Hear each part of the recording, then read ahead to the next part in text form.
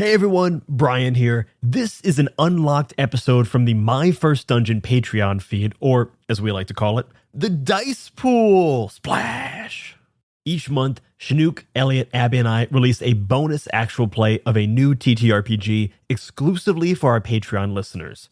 So far, we've played games like Scurry, Icarus, 10 Candles, Something is Wrong with the Chickens, The Great Soul Train Robbery, and Yazeba's Bed and Breakfast.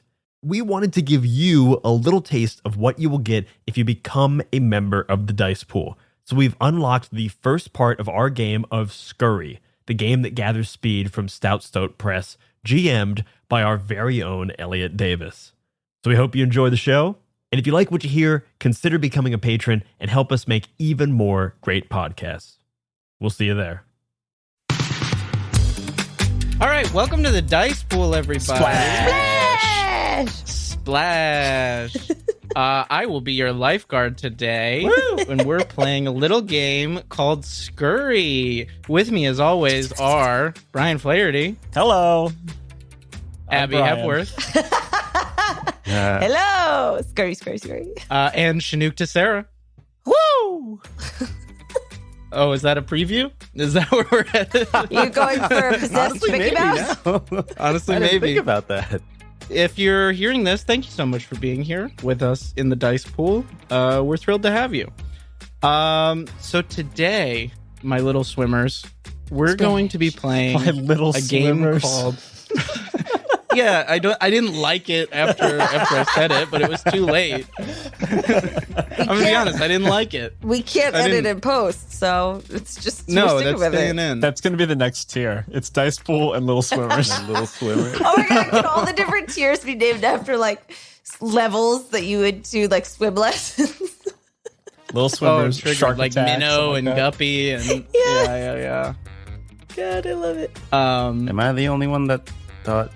Did you not do swim What? lessons? Sorry. No. Go ahead. Oh, did you Oh, were you think thinking of sperms? sperm? Because I was I thinking of thought sperm. Yeah, that's why. Yeah, that's why I didn't like it. That's immediately why I Okay. didn't like Well, it. So sperm. sorry, 'cause I thought Should it we was just sperm. clarify? We all thought sperm. We all were on the same I page. just We all want thought sperm. Everyone was thinking sperm. I don't. Anyway, Scurry. Scurry, a game that gathers speed. Scurry comes to us from our friends at Stout Stoat Press. Specifically, concept design and words by Brian Tyrell. Thank you, Brian. We love fellow Maybe a better Brian. Brian than ours. Who knows? Yeah, Who knows? Probably. probably. Is it with a Y So- or an I?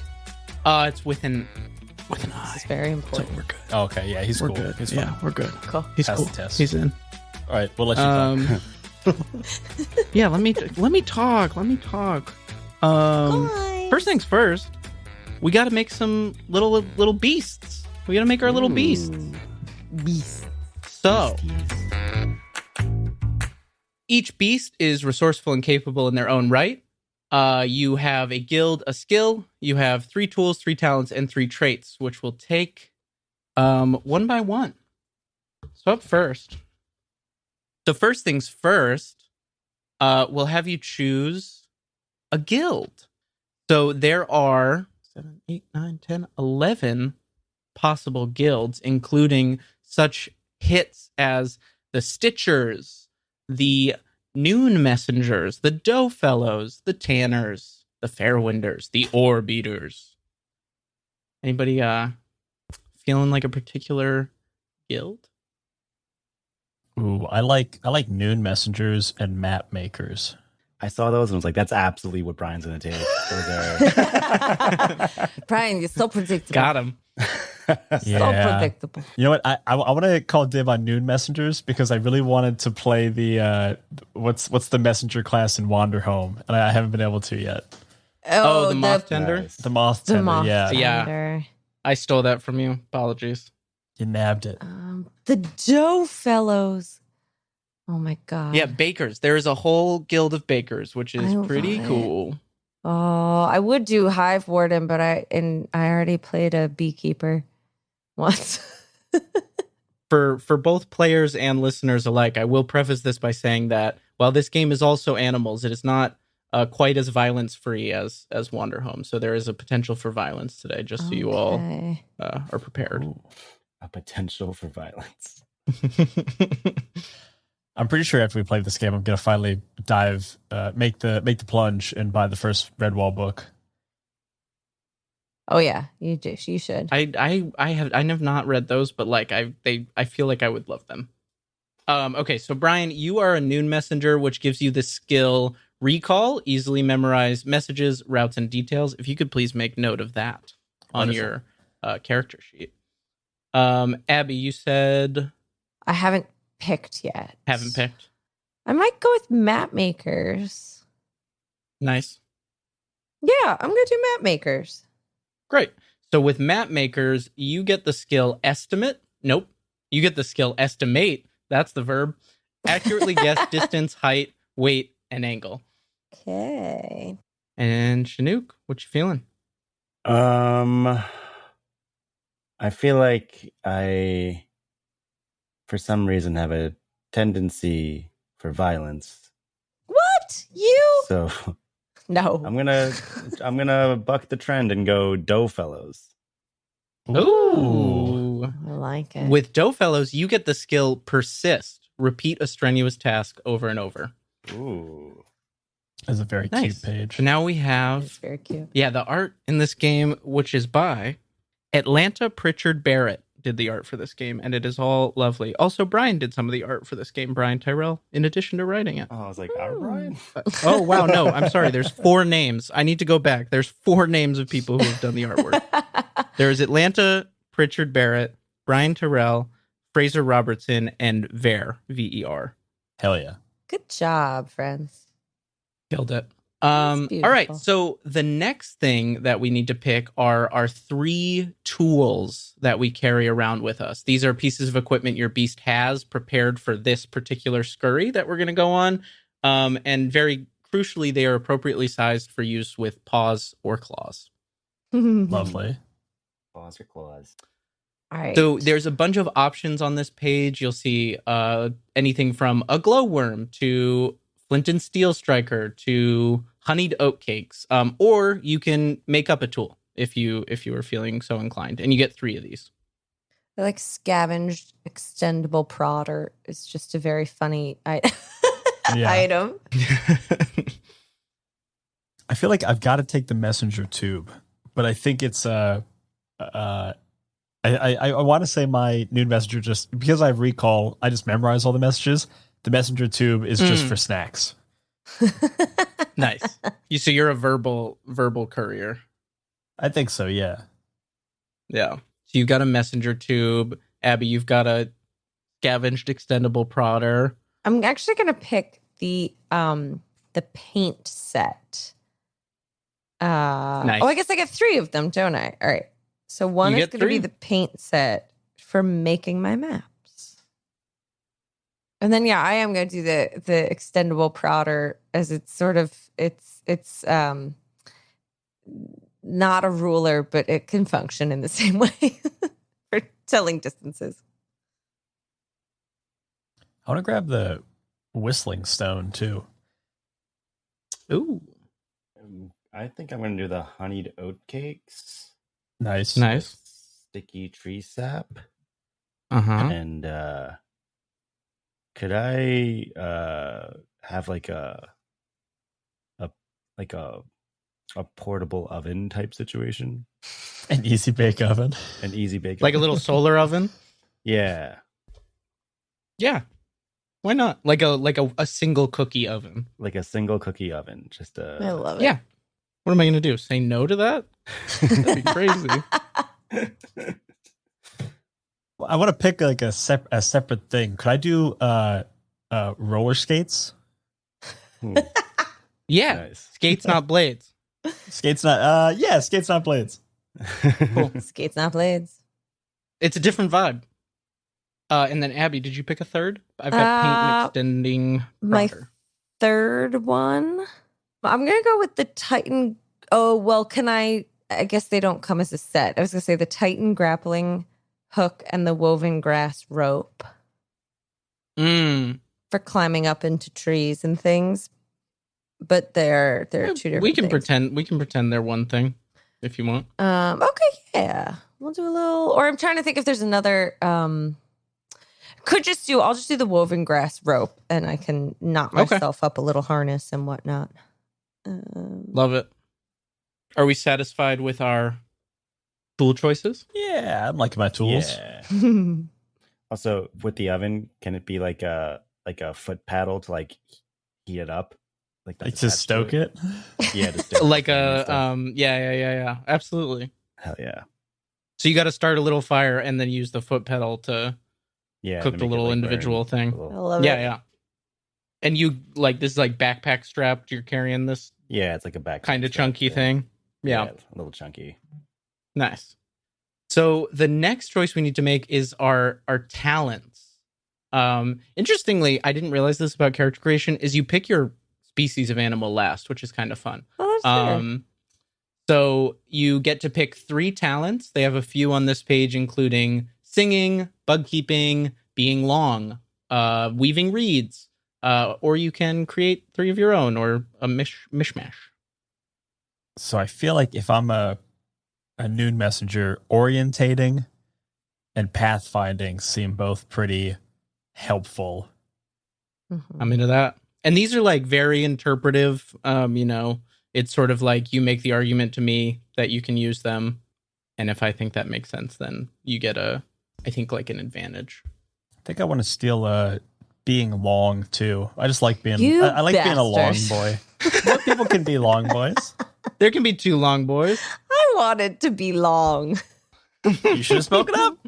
Well, I was being polite, you turd. I'm jumping in and grabbing everything I want. I'm being selfish this game. You make Brian a player and all bets are off. Becomes a full-on monster. This is about Brian, not anyone else. This is me now. Can one of my talents be identifying scent? Yeah. Identifying smells. Yeah, it absolutely can. Did you pick your third one, Brian? He took being long. Yeah, I've got orientating, pathfinding, and being loud. Being loud. Oh, look Being at that. loud. Sorry, being long. Being long. Mm. So, Abby, you've got identifying scent, 2 more. Some other examples they give for inventing new skills are excavate burrows, dance the mamushka, sensitive nose, delightfully rotund, stalk through the grass, train students. You can make up something like that, or you can grab one of those as well. Shenuque, if you have any ideas, you can hop on in. I'm if you want me to, I'm happy to, but I also want to Yeah. make sure you get what you want. I already got my sniffs. I only care about my I sniff. only care about my sniffs. She's got her sniffs. I folks. got my sniffs. Okay. I'll take bug keeping. Nice. Could I do foraging or scavenging? It feels a little broad. Can we That's make it too broad? somewhat more specific? Could I do like basically like fruit collecting? Yeah. Nice. And I'll also take stalking through the grass. Nice. All right, Abby. Can my second one be predicting the weather? Like meteorology? Is that how you would say that word? Mm-hmm. Is that more through the nose, or how are you doing that, you think? That one is And do you have a hip? Like your bum knee? Yeah. yeah, it's definitely some kind of bum joint. I think my last talent is going to be getting small. Nice. If I can't go getting long. long, I'll Yeah. get small. Nice.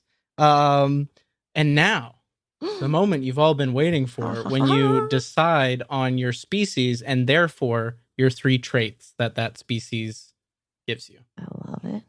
We have such options as capercaillie, if that's how you pronounce that bird name, hedgehog, stoat, beaver, mouse, squirrel, frog, or other creatures of various sizes. Mm-hmm. I think the only thing you really can't do is go for like what would be considered a behemoth in this world, like a bear or a wolf or Mm-hmm. things like that. But any other creatures of the forest are up for game. Also, fish don't have intelligence the way that other animals have developed them. That is a specific part of the canon. Wow. Because people eat a lot of fish. That's like, the beasts eat a lot of fish. I'm going to take squirrel before Brian can. Yeah. It's fine. I was going to go with hair because the hair looks badass in That this. does look pretty badass. And that's like a hair that's been in war. Yeah, that That hair's is a- seen some shit. Hair's seen some That shit. is a badass Delivered hair. messages across war-torn battle lines. That's horrifying. All right, so we've got a hare, a squirrel, Shenuque. How are you gonna shake it up? I'm gonna a hare or squirrel. We're gonna go with Or do I want frog? You could Shenuque, be you pick frog. first, and then I might pivot. Abby. You went. You jumped in so fast, and now you're regretting it. You wanted to beat Brian. I just wanted to beat Brett. That was the priority here. I'm gonna go with the let's go with lizard.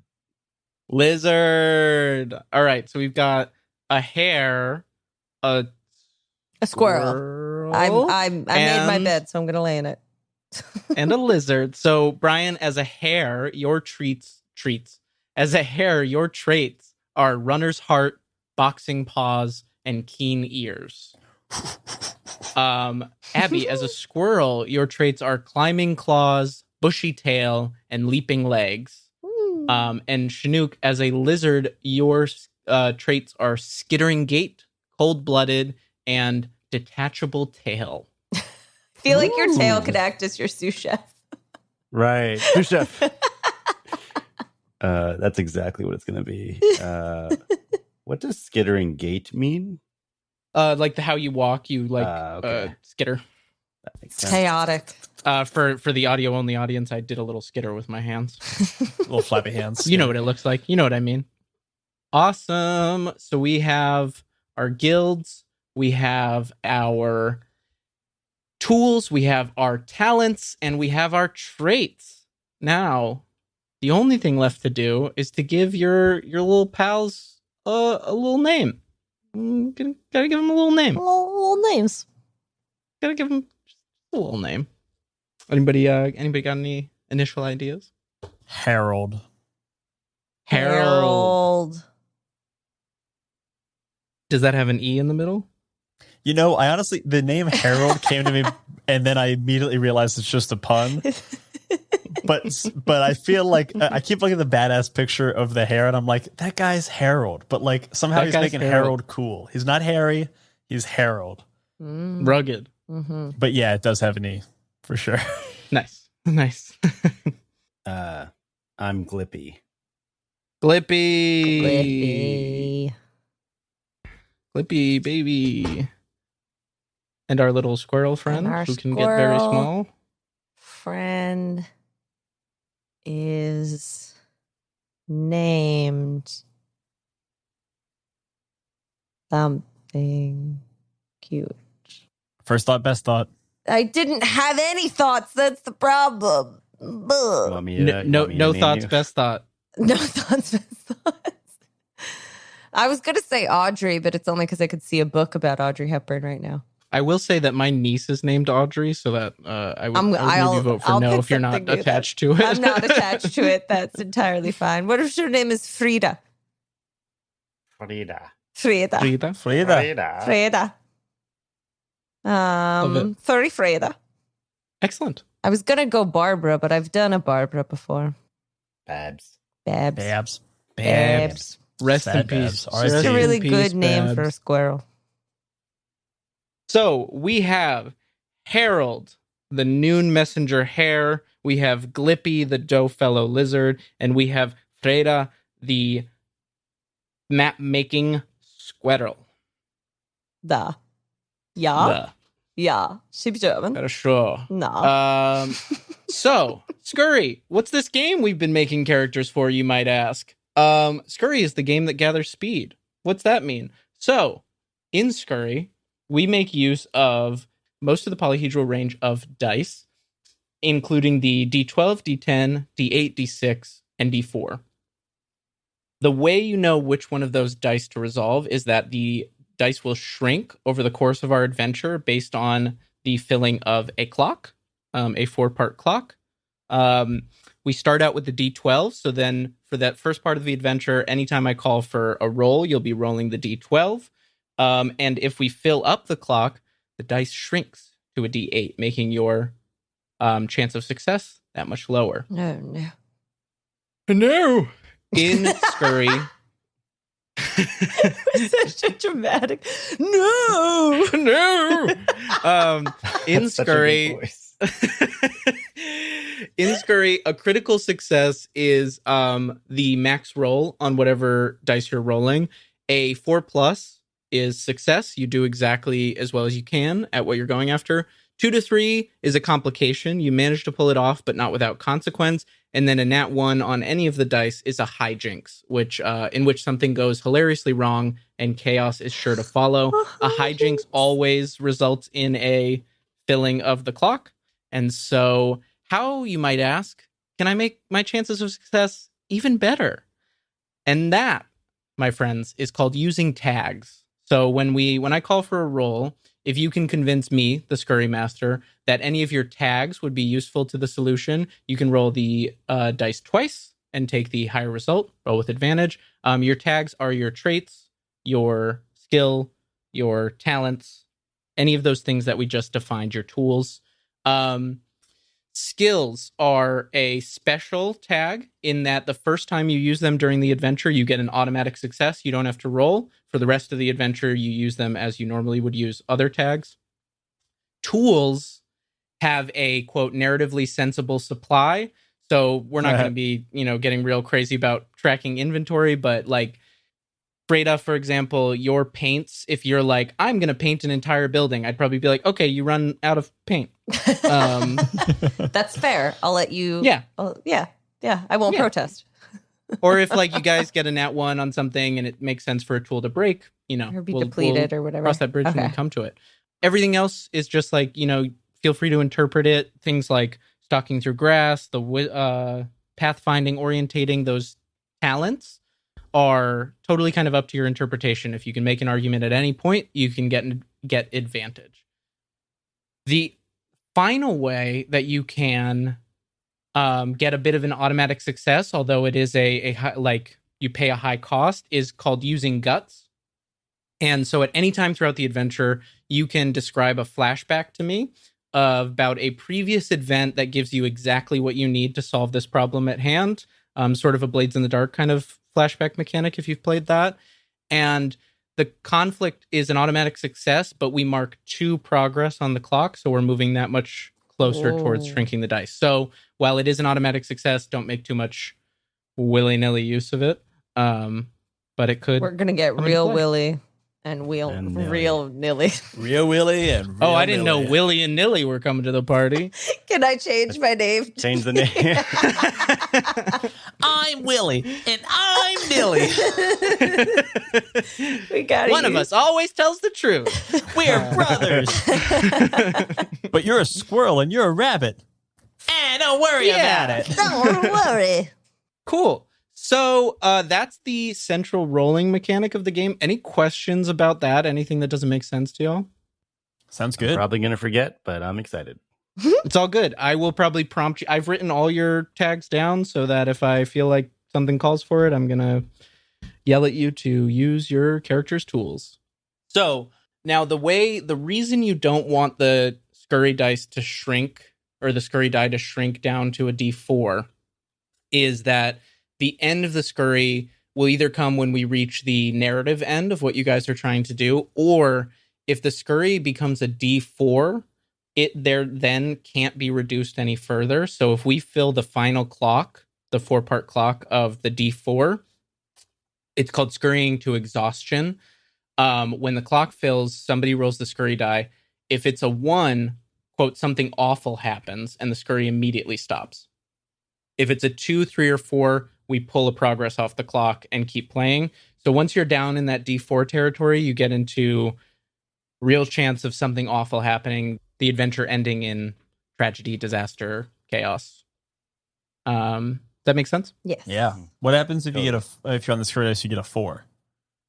If you're on the Scurry dice and the clock is full and you get a 4, you erase 1 progress and keep playing. And then if you fill the clock again, you make that sort of see if the game ends roll again. Okay. So you have to like keep filling that clock and not get a 1 if you want to hang out in that area. But with a D4, it becomes dicey. No pun intended. dicey. Pun very much intended. I think that pun was fully intended. If Pun I have to be honest. elocuted. God damn it, Brian. Great. Splash. Any other questions before we dive in? Oh, I'm going to read you a little bit of world building setting as we enter in. So, the premise of Scurry is a far-flung future post-humanity. And so there's a great section in the book that talks about that sort of sets the table for that. So it's labeled Bite-Sized Beast Fables. And it goes something like this. We abandoned this planet a long time ago. Out of our shadow, the animals of Earth could finally grow, explore, and learn. With us as a distant memory, they began to tell their own beast fables.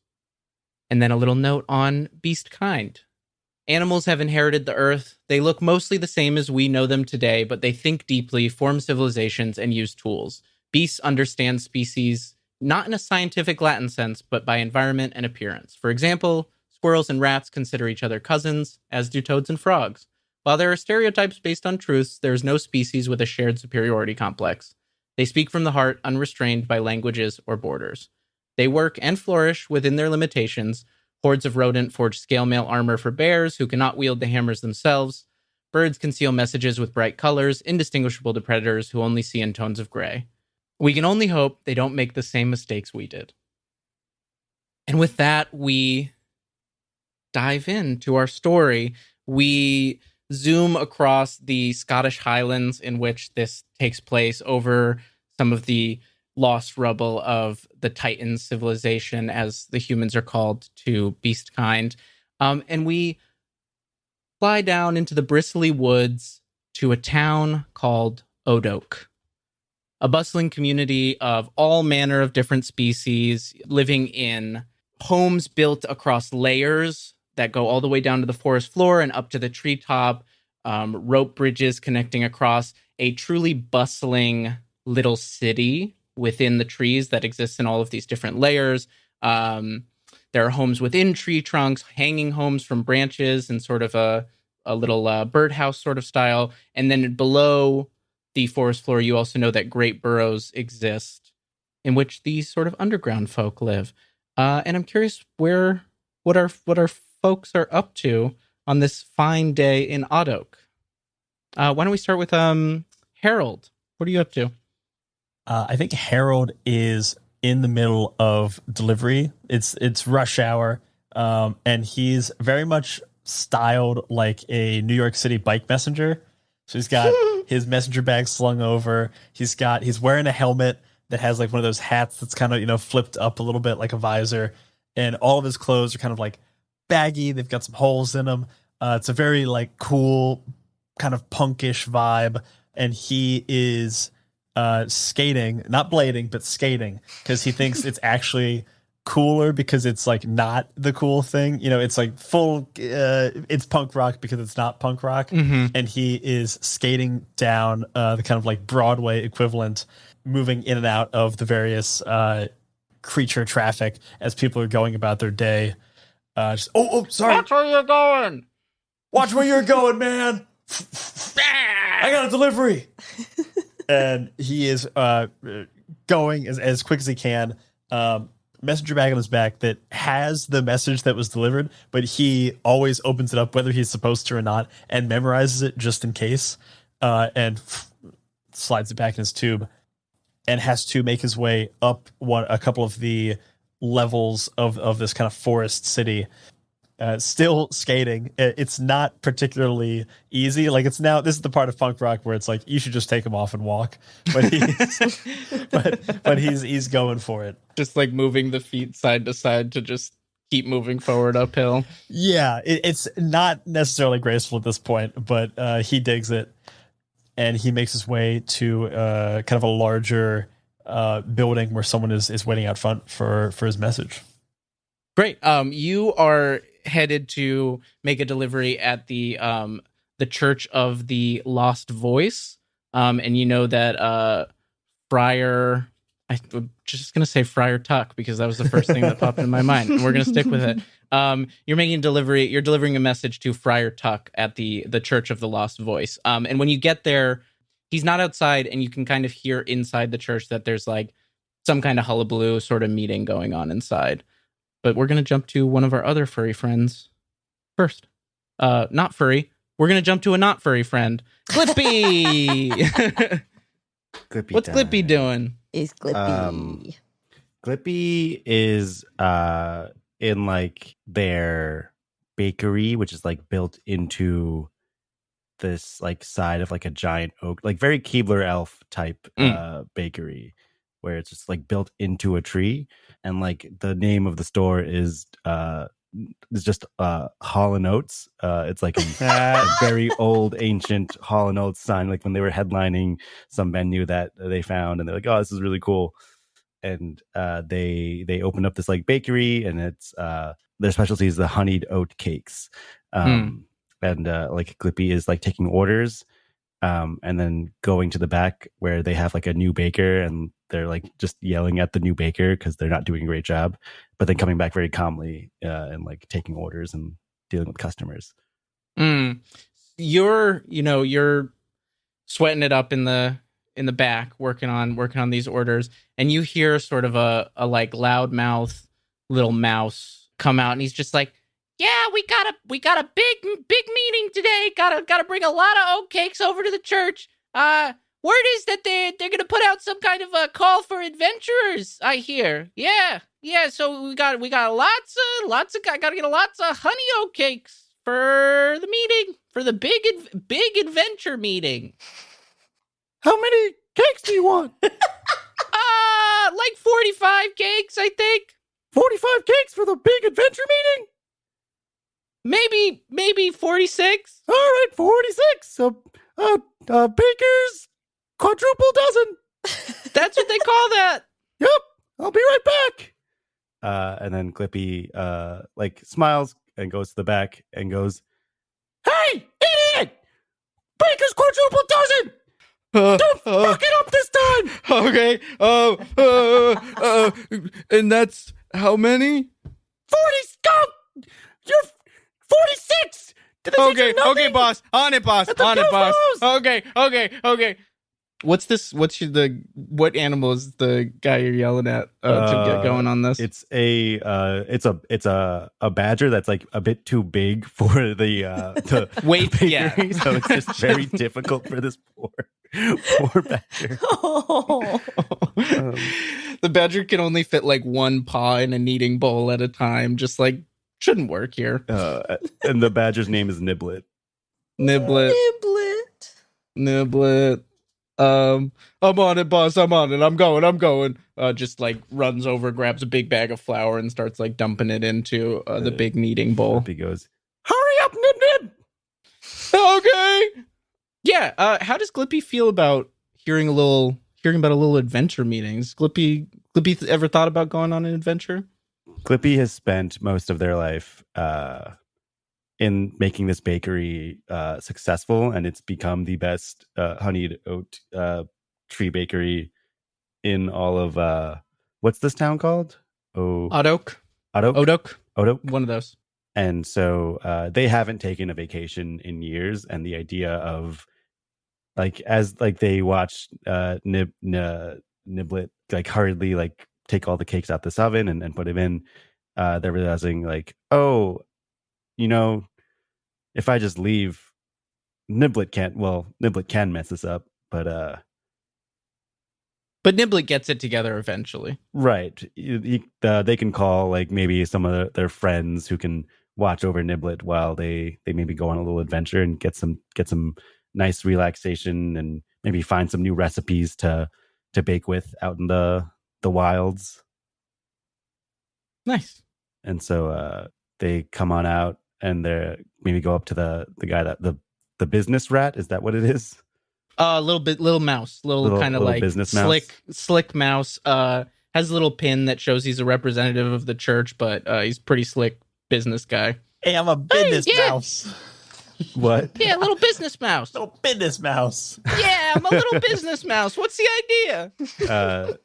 Clippy is like, so this adventure stuff. Can anyone just go? Or? Yeah, I think so. I mean, I just got sent to get the cakes, but I think my understanding is they just kind of putting out, some ancient prophecy. All of a sudden, they decided, hey, let's send some folks out, try to get this thing going. Oh, I've always wanted to be part of an ancient prophecy. Oh, you should totally go. Hey, as a matter of fact, can you just deliver the oatcakes and then I can go fuck off? Yeah, of course. Go fuck off. Nice. Wait, you gotta pay first. Oh, yeah. Of course. That'll be 84 ragtags. Christ. Pulls out just the thickest little mouse wallet. 84 rag? How is he sitting on that thing? Yeah, his hips noticeably off kilter. It's gonna hurt you down the He pays line. 84 ragtags, does not leave a tip. Ooh, Niblet's gonna be upset about this one. You just hear in the back a crash, and just oh no.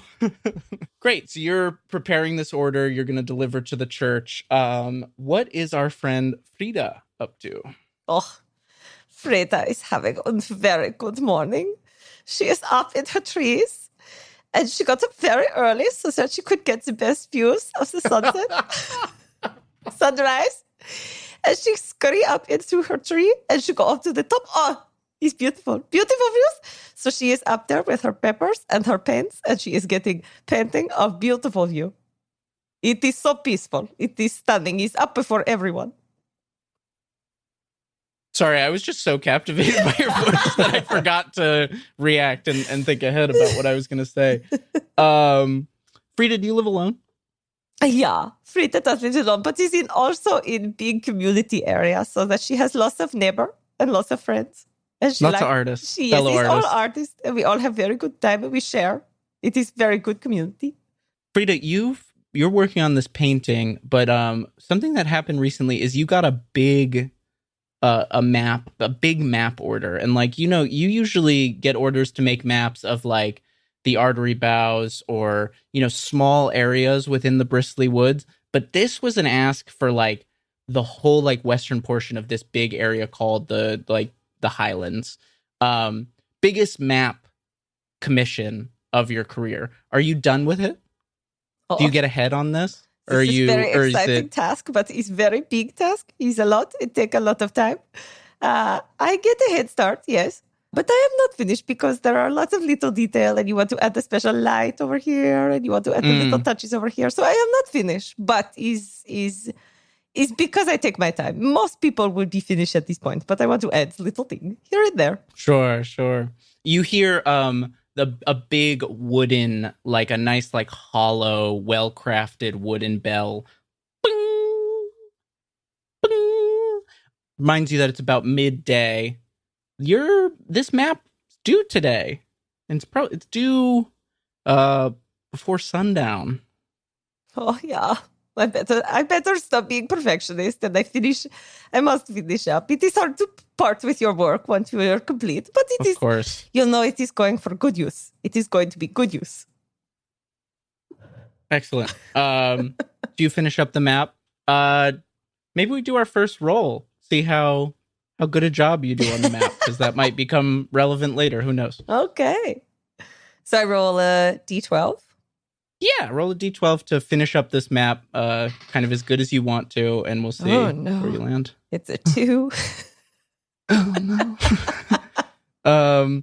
You finish the map, but the compass, you normally do these very ornate, delightful compasses, and it's really just a cross and just like NW. You don't even do East and South. It's like they'll get it. I'm in a rush. Just the very opposite. distracted. The trees are very stunning. Lots and lots of detail. You can see sunlight and the individual leaves.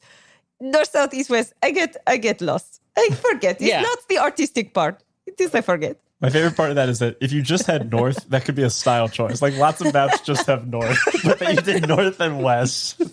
Yes. Yeah. Super blatantly unfinished. But your painting from this morning, perfect. Oh, yeah. Looks great. Yeah, I'm very proud. Yeah. Okay, we must bring map where orders are taken to map. Yes. So you all converge at the Church of the Lost Voice. This is in an old growth stump that long ago would have been chopped down, you imagine, by the Titans, but has since been like ornately carved into like, you know, you see depictions of like old beasts of legend around the rim of the stump, and that big wooden bell that signals the time of the day is kind of built into a structure on the top and getting a big ring.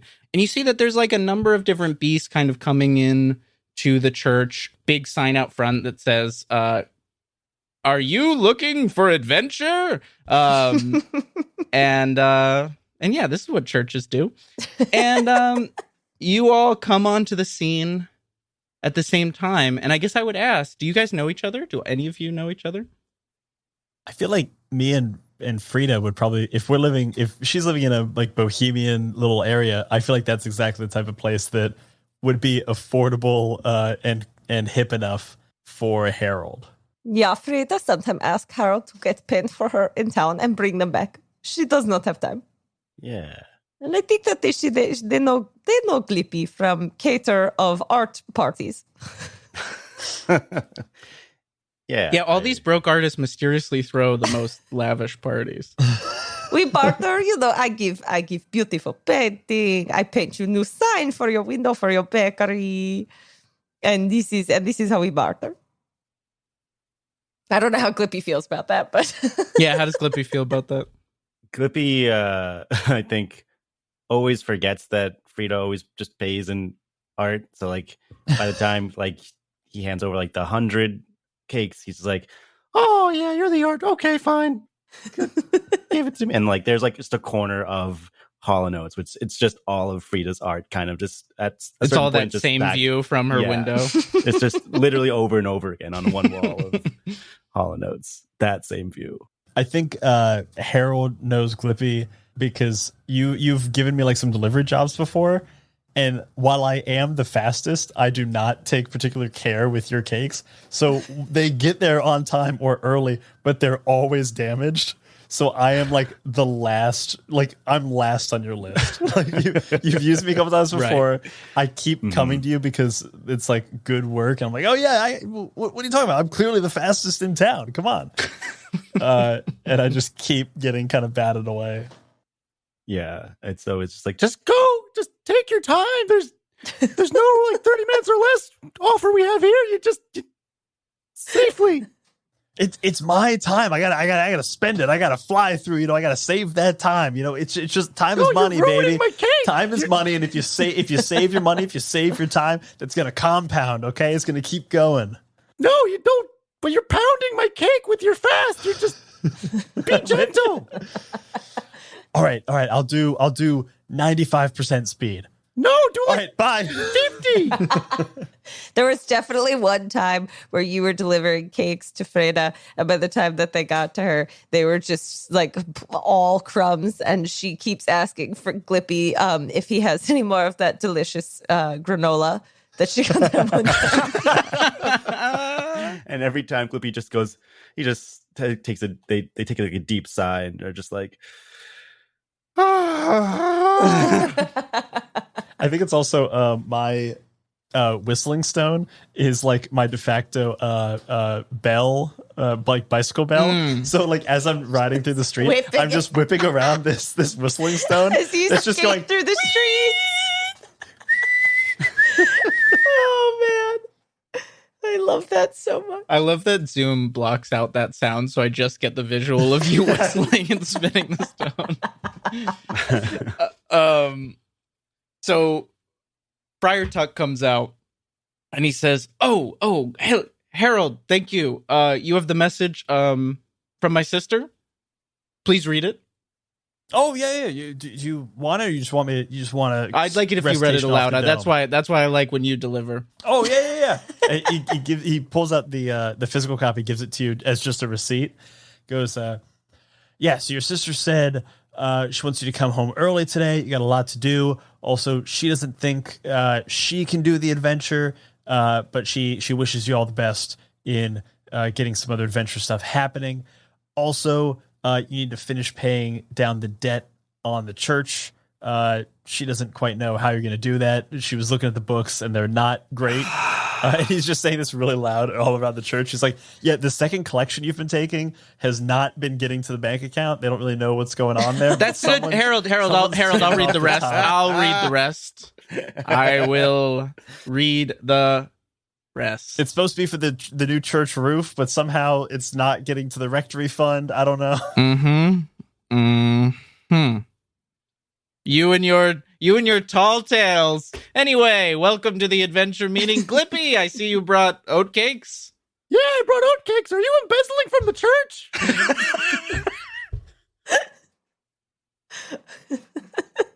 Please come inside, everyone. Come inside.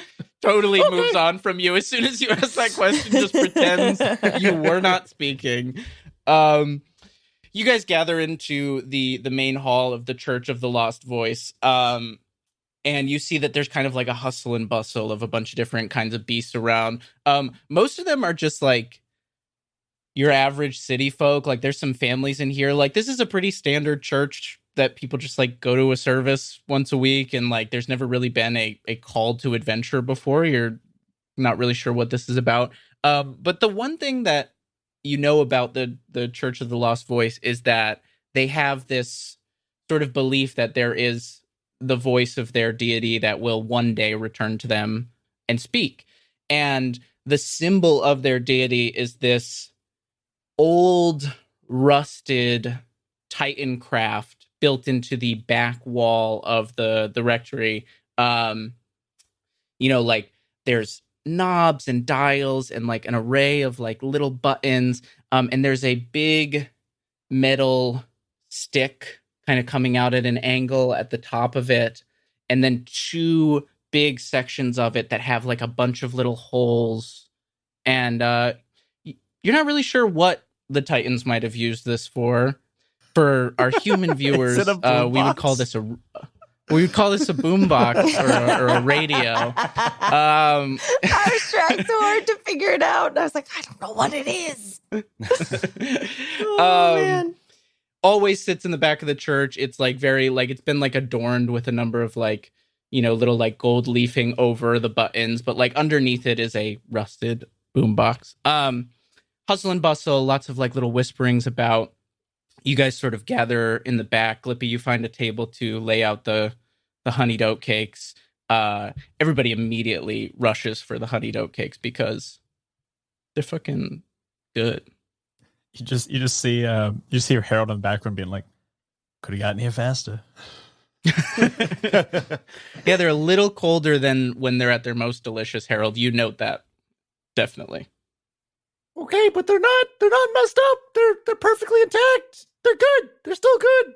Oh, Clippy, the oatcakes, they are so delicious. You have not had the granola. It's so long. God. Do you have any more? No, not these two. Is it seasonal? Not at the same time. If you want me to deliver the granola, I can totally deliver the granola. I don't make granola. It's just the crumbs of the cake that you... Oh, I've definitely delivered granola before. Delicious crumbs. They were... You make granola all the time. I deliver granola so often. Stop going fast! Harold, are those new shoelaces on your skates? They are beautiful. Oh, yeah. You like the tie-dye? I like the tie-dye. Yeah, it's fun. I like the mismatch. You hear a big throat clear at the front of... Oh, man, you need a lozenge? Honey oat cake? Honey lozenge? Water? I've got tea. Freda's gonna. Thank you you're for right. coming. Oh, Oh, he's okay. fine. You see just the oldest beaver in the entire world. Big old beaver. Thank you for coming to this call for adventure. It's an honor to... Oh, he's asleep. Buddy. Anyway, we are looking to send 3 brave adventurers in search of the lost cylinders of alkaline. Hush. Falls over the crowd. Gasps. Oh, this sounds so exciting. Do we have any volunteers? Oh, me. Pick me. Me, Clippy. Clippy wants to go. It is totally silent other than that. Yes, any volunteers? Me. Any at all? Do me. Would Oh. anyone? A Harold, brave put me on your young shoulders. adventurer. Harold, put me on your shoulders. Yeah. You see, as Harold goes to pick up, he picks up Glippy, but he accidentally raises his hand just a little bit. Ah, yes. You just see that like a young boy had like pulled up to the beaver and whispered in his ear and pointed over to where you are. He says, "Ah, yes, I see we have 2 volunteers. Oh, wait. Harold What? and Clippy." Oh, I don't think Harold wants to come. It's Oh no! I got nothing. I did all my. I finished. I had 20 deliveries today. Got them all done by 11. So I'm good. oh. Wonderful. Oh, Wonderful. Glippy and Harold, if you are going, I have the map that might be useful to you. No, Is that Frida, that? You're gonna come Is that along? that squirrel? Oh, hello, Friar. This is me. Yes, hello. Hello. I have the map that you request for the adventure. Ah, yes, Woo! the map. Please bring it here. Yeah. Here is the map. Is very good map. Yes. Look at detail over trees. All right. And he tried to like unroll it, and he just like looks over, gives like a grumpy old man stare at the little boy who whispered in his ear, and the little boy like runs over, little beaver boy, and grabs the other side, and he unfurls it, and he says, "Now, this quest shall take you all across the highlands, Oh, for there are 3 powerful artifacts of the lost cylinders of alkaline. What's an There is exciting the adventure? cylinder of Durakel, the cylinder of Rayovas, and the cylinder of Energizer." Oh, yeah. 7 tales of the Energizer back in my town. You see Harold go, Energizer. I like the sound of that. Energizer. Yeah, it has that nice ancient feel to it. Yeah. There were many tales about the tales of Energizer back when I was little squirrel girl. You just see Harold's foot is like tapping. Like Lippy watches the excitement of Harold and Frida and goes, "So, is the volunteer thing like legally binding? Can I opt out? Perhaps? Maybe is there another adventure party or?" Yeah, No, and like, what's the I timeline? pretty much- We're gonna get this done in like an hour, 2 tops or something. I No, swear it to will God, take- Harold. It will take many, many days and far-flung travels. Days. Oh, this is so exciting. We get to have so much fun. I paid lots of map. Oh, this is going to be very good. Frida, Yeah. how long did that whole thing take you? Was that like a day's job or something? Frida, Yeah, I noticed the elevation seems a bit confusing. No, if you look at key in corner, you see that there are tick mark for the one elevation, and then there are dot mark for other elevation. It is artistic rendering of elevation. Wonderful. Yeah. Wonderful. Yeah. Very good. Very good. Very good. Well, you must leave at once for your great adventure, for we must. Can I bag? What? Sorry. Ready, set, go. No, wait. Someone tell Niblin that I'll be back in a couple of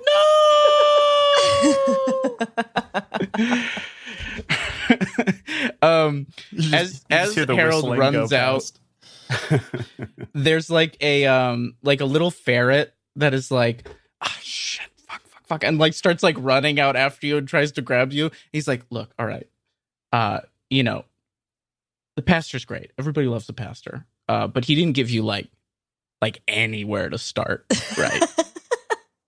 Didn't tell you anything, right? Oh, no, I'm not mistaken. He give us map. Well, You made give the us map. Yeah. Right. And he said go, so we got to go. Right. Well, he you know, he has a flair for the dramatic, you know, what have you.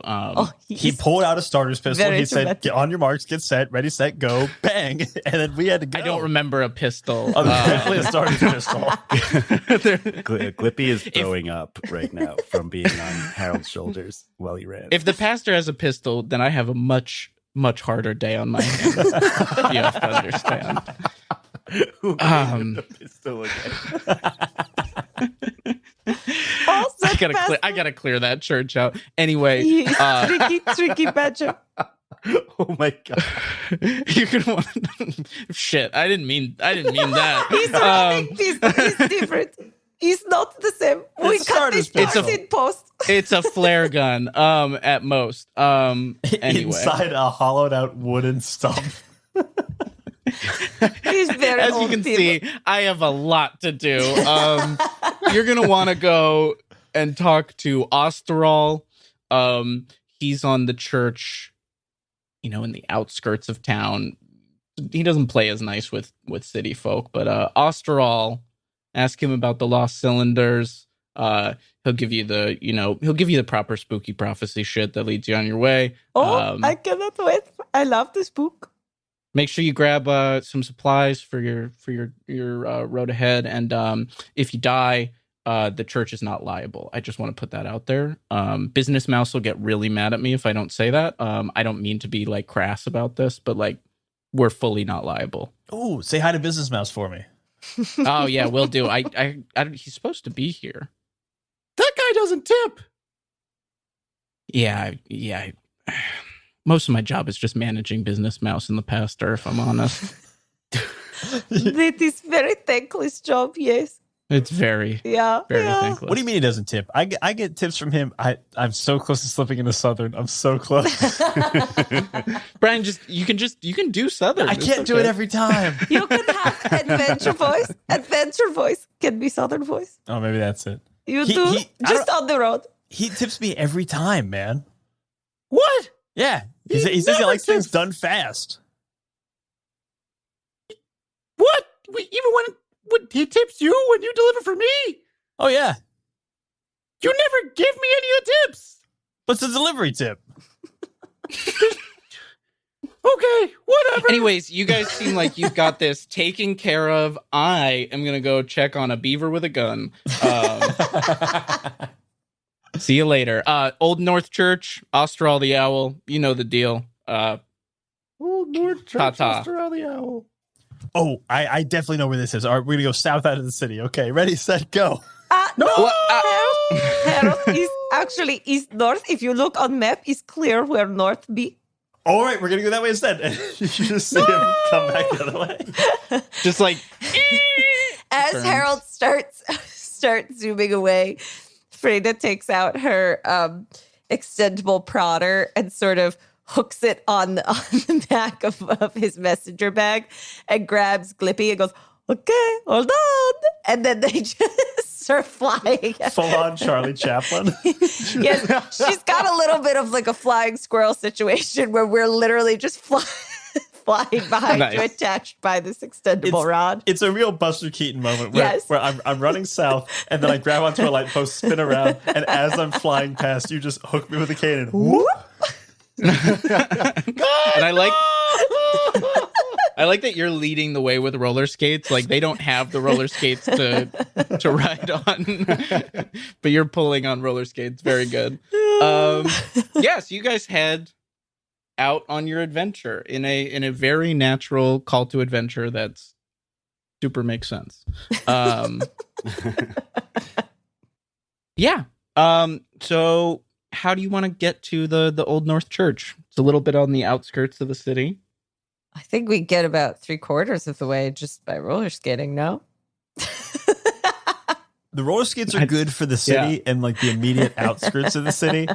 After that, it gets a little rough. At a certain point, the cool factor is outweighed by the sheer inability to move. So reluctantly, I take off my skates, I tie them together, and I loop them around my neck. So they're just kind of like dangling in front of my chest. And we're walking at what I think is a pretty comfortable cliff, but for everyone else is like a triple time march. Yeah, Glippy's got a big backpack on. And I think Glippy's probably really struggling, heaving.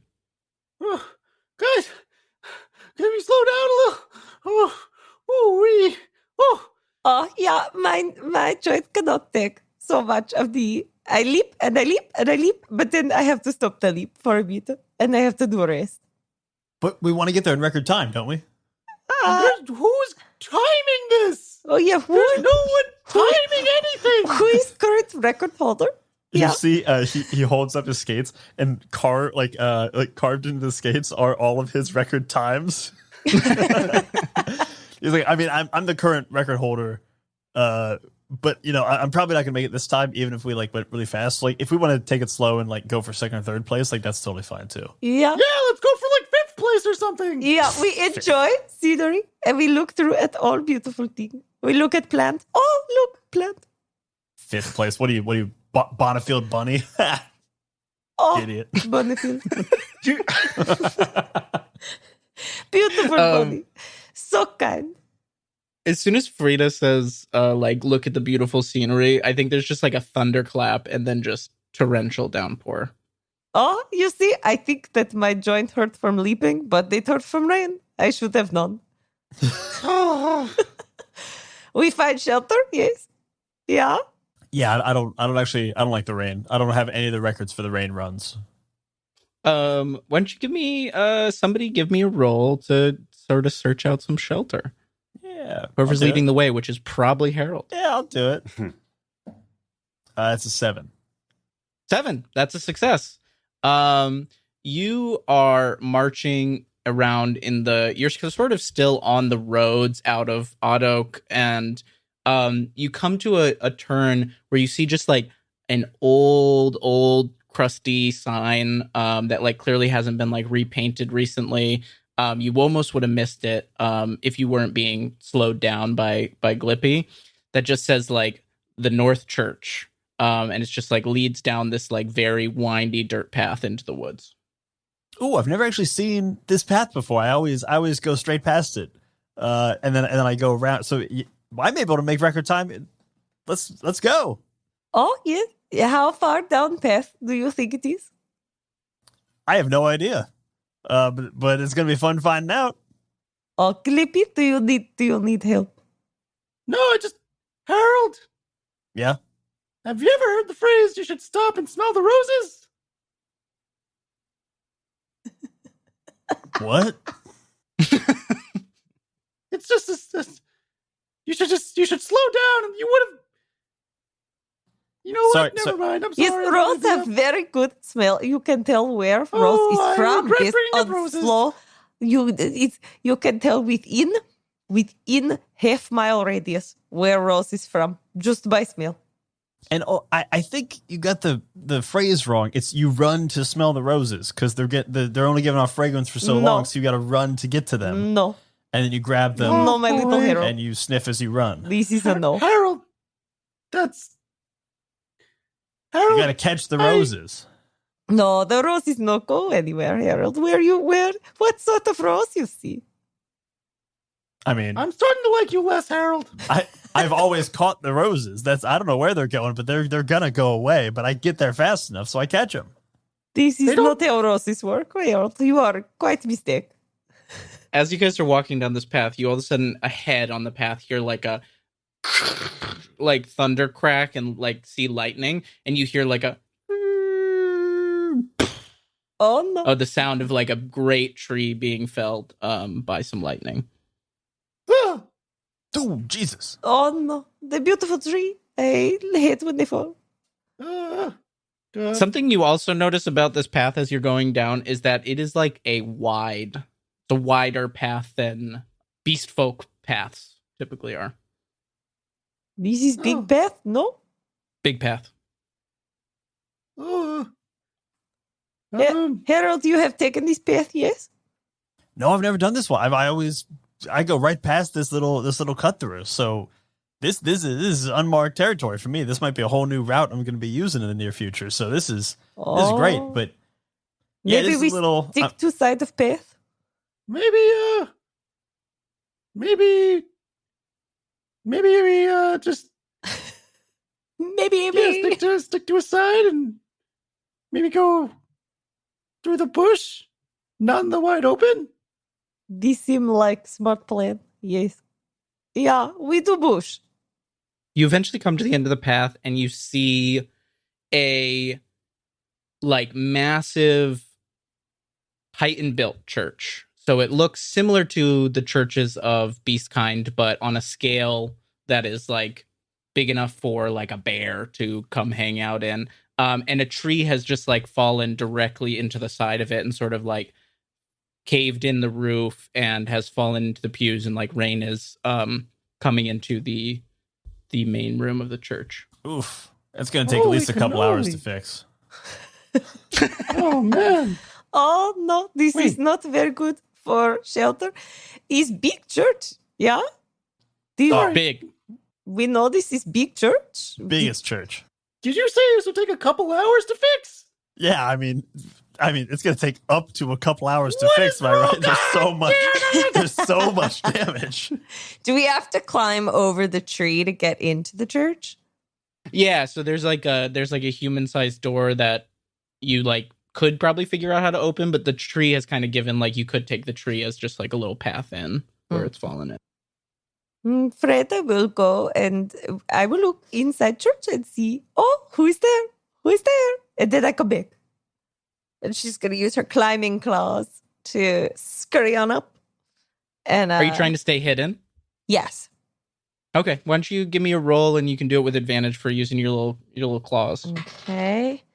First roll is a 6. Second roll is a 3. So we'll go with 6. Nice. 6 is a success. So you maintain your hiddenness, and you hear a little voice off to the back of the church, like on this very confusing sculpture of like an old Titan that seems to have been damaged, but is just now like a couple legs hanging on the back of the church. Seems like the rest like got destroyed at some point. Right. And you see a little owl perched on the legs, just like, ooh, ooh, ooh, ooh, ooh, ooh, ooh, ooh, Austral! ooh, Austral, it's me! Oh, it's Hello? who? Harold! It's Harold! I delivered you those Harold! magazines that one time. Oh, Harold! Yeah. Come in! oh, is this after all? Hello. Hello! Who are you? I'm Freda. And then we have, Glippy. Glippy is coming along. I am Clippy. Who? Clippy. I smell honey oat cakes. Yep. You want one?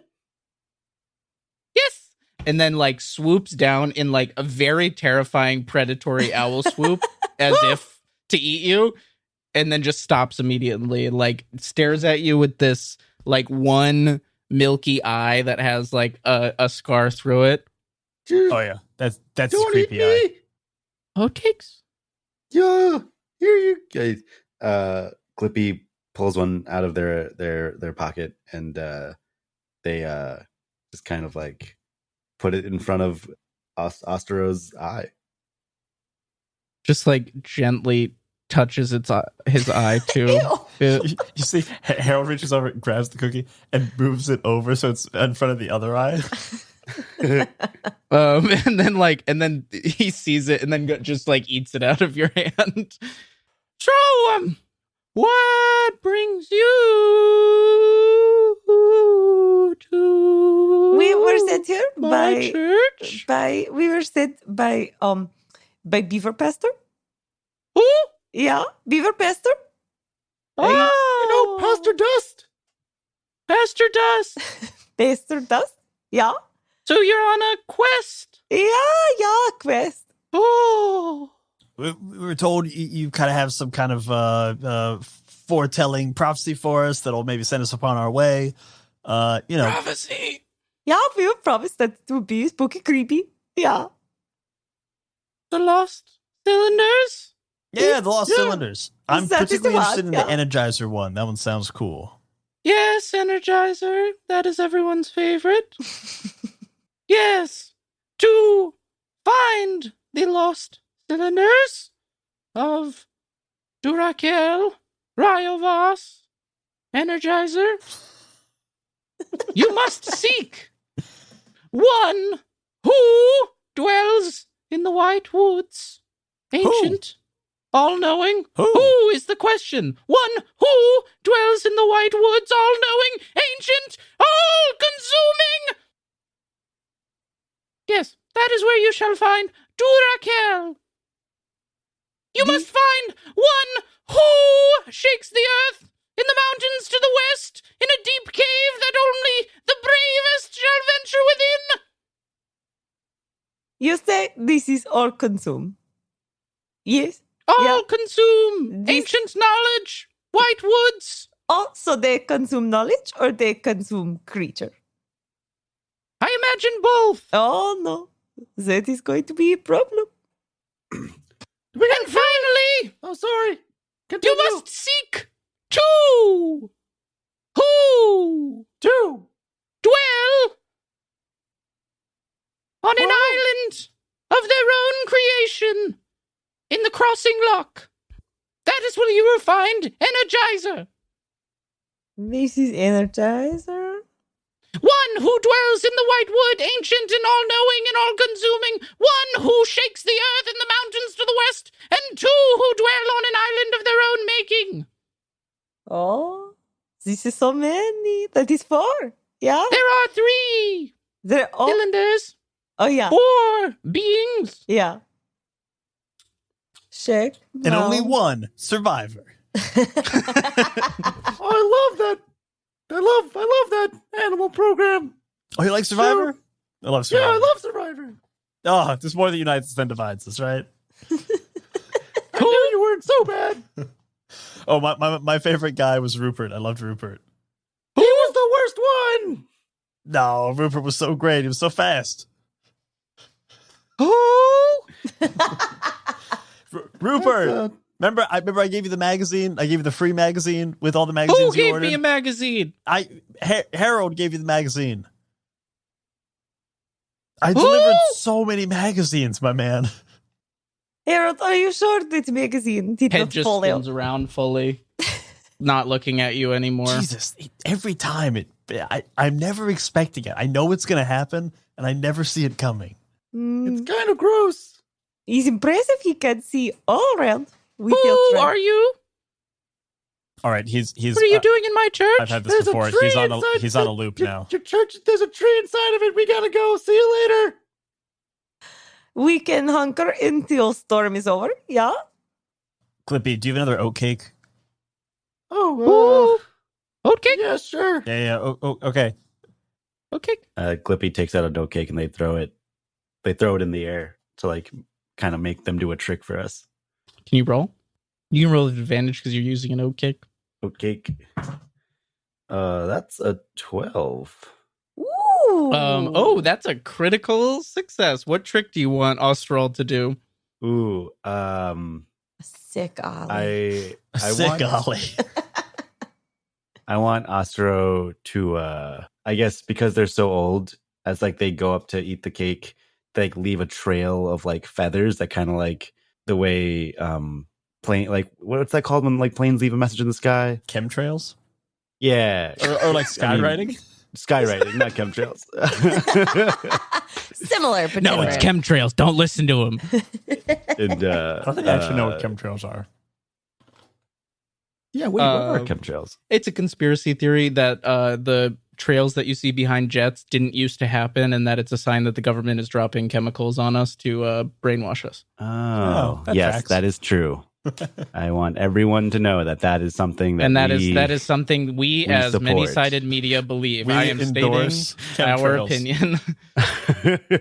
Let me be clear. We don't endorse the theory. We endorse the trails themselves. Oh we endorse we the endorse action. The trails Yeah. are what we endorse. Wait, before we get back on track, it's Energizer, Duracell.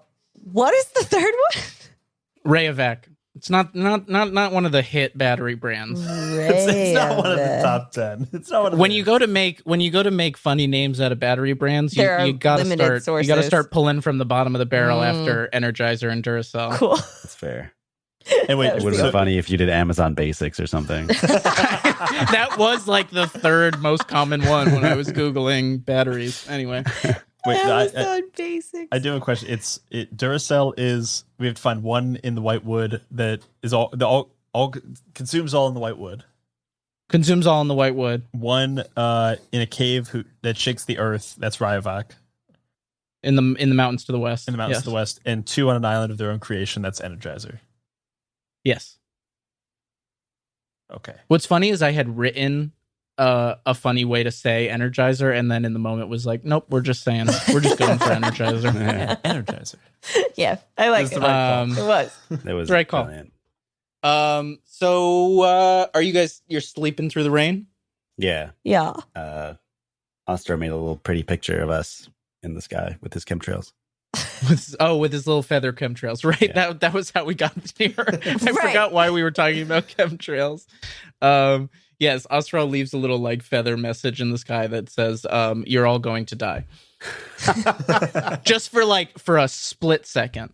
And then the feathers and blow off into the wind. It's like that thing in Harry Potter with like Tom Riddle turns to Lord Voldemort Oh, or whatever. Or Oh, yeah, when he draws his Oh name. yeah. It was Exactly. Tom like- Marvolo Riddle spells, I am Lord Voldemort. Man, what a stretch that was. Wait, I love... Sorry, and then we do have to get back on track. But in foreign translations, they had to like really bastardize like what this phrase was and what his name is, knowing that like that's the reveal, because Voldemort like didn't translate, or like to get Je suis Voldemort, his name has to be something super weird.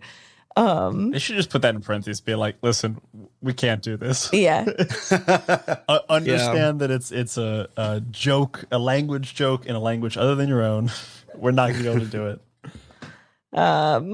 Yeah, anyway, sorry. Oh no, all good. You guys settle in.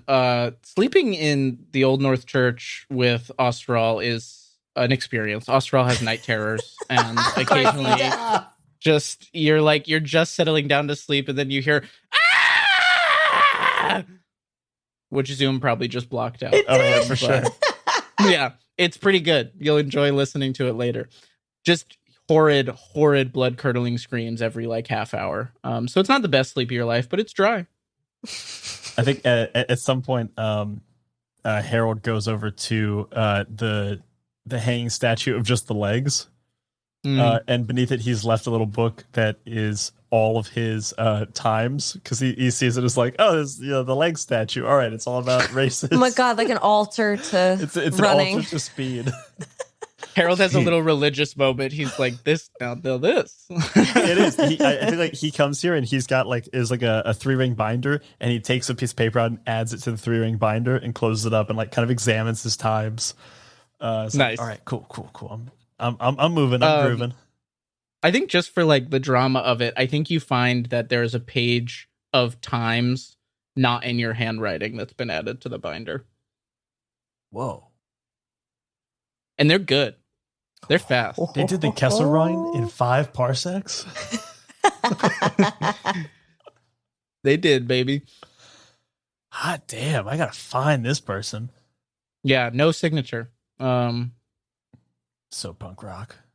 So punk rock. Anyway, next morning, which lost cylinder would you like to pursue first?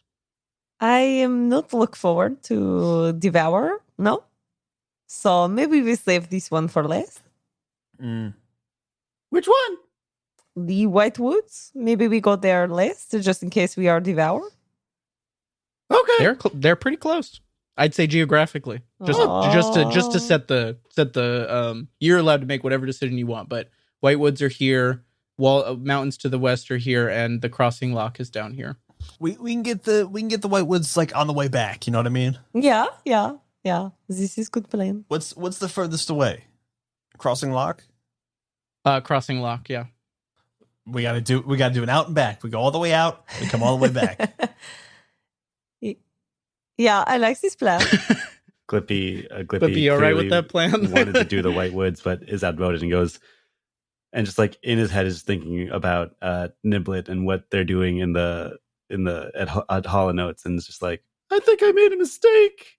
But agrees. We cut back to Niblet at Hall and Oates, who's having a great time working alone. just like thriving. kneading dough. He's listening to Doing music little while he's things. working, which was never allowed. Never allowed. Yeah. Experimenting with a new oat cake. Yeah, there's new cakes, like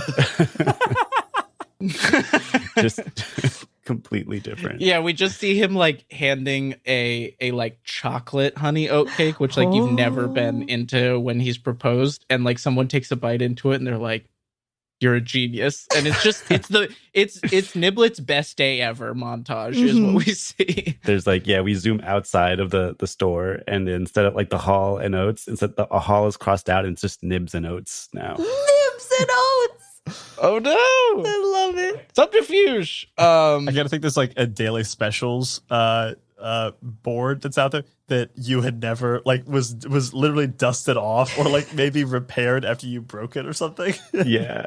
Yeah, you were like, we've got the classics and the classics only, and The daily specials are longer than the main menu.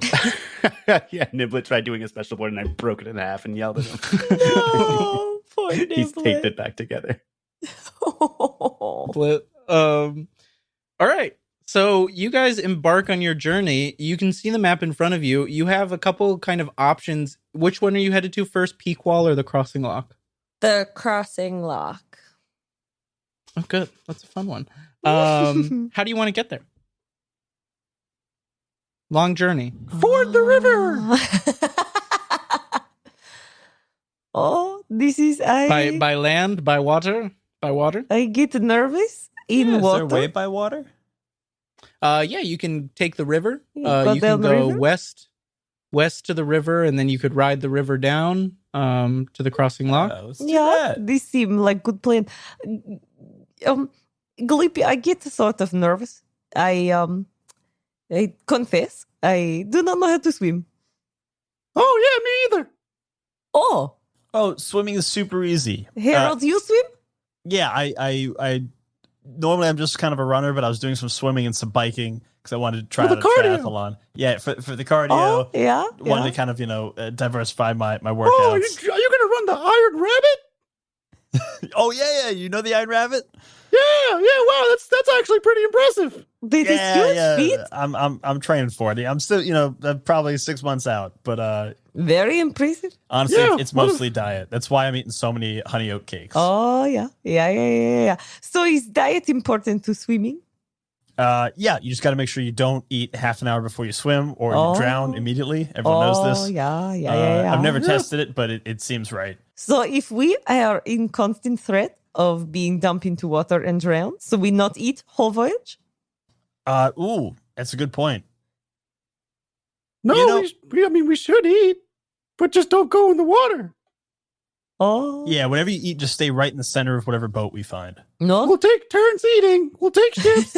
Yeah. So someone's always in the middle. Definitely the other two on shifts. the outsides. And if you can't swim, we'll just tie you to the center of the boat while you eat for a half an hour. I have rope. So is useful. Oh, great. That's perfect. Yeah. Great plan, team. Worst case, you go down with the ship. Oh, no. This is not good. And we're all captains, so legally we have to go down with the ship together. Oh. That's true. That's true. That is law. Captain's law.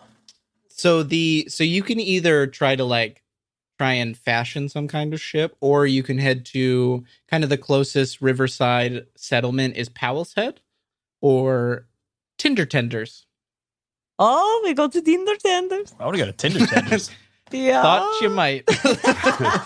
Tinder Tenders have the best fish tenders you can possibly get. We get actual That's true. boats. Tinder Tenders is all about the fish. All about the fish tenders. They got that great tender sauce. Oh, it's good. Oh, We yeah.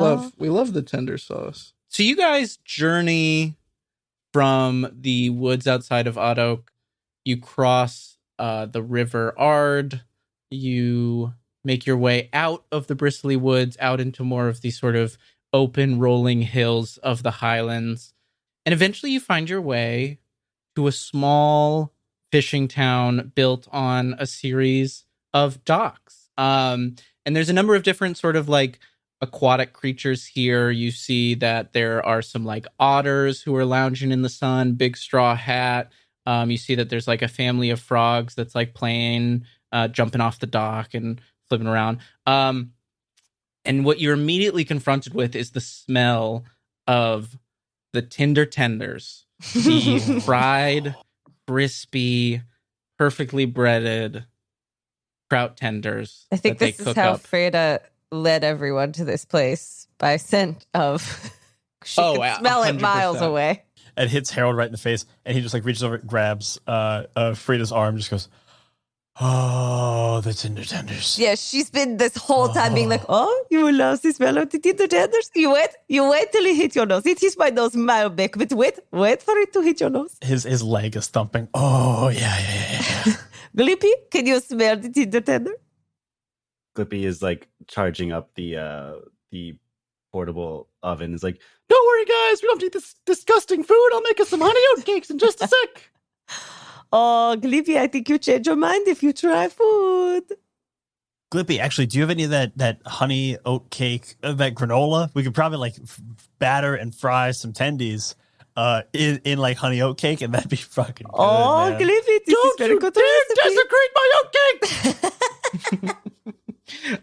Glippy, It's your specialty. little, like- you make it all the time.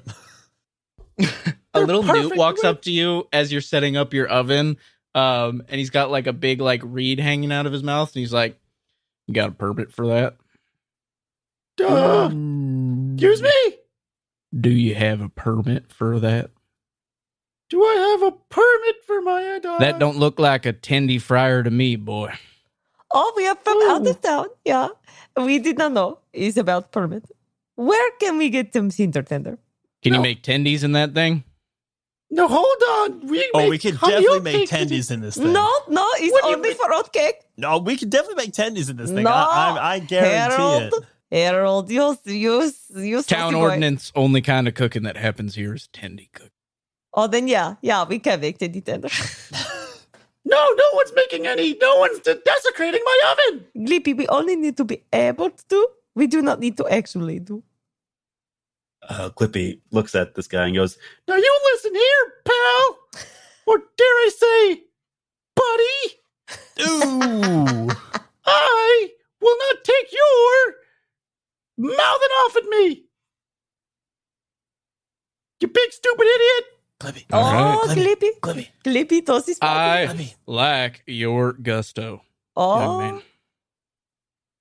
Thank you. I'm a head baker at Hall & Oates in Odd Oak. You start making tendies out of that thing, you go far here, son. I'll consider it. Where can we get a boat, a ship for some traveling?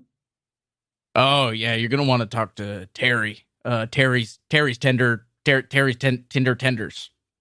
You're gonna want to Terry's talk to Tinder Terry over at Terry's Tinder Tenders. Terry's Tinder Tender. Terry's Tinder Tenders. Terry Tinder of Terry's Tinder Tenders. there. Yeah. Yes. We That go sounds right. this way. Yeah.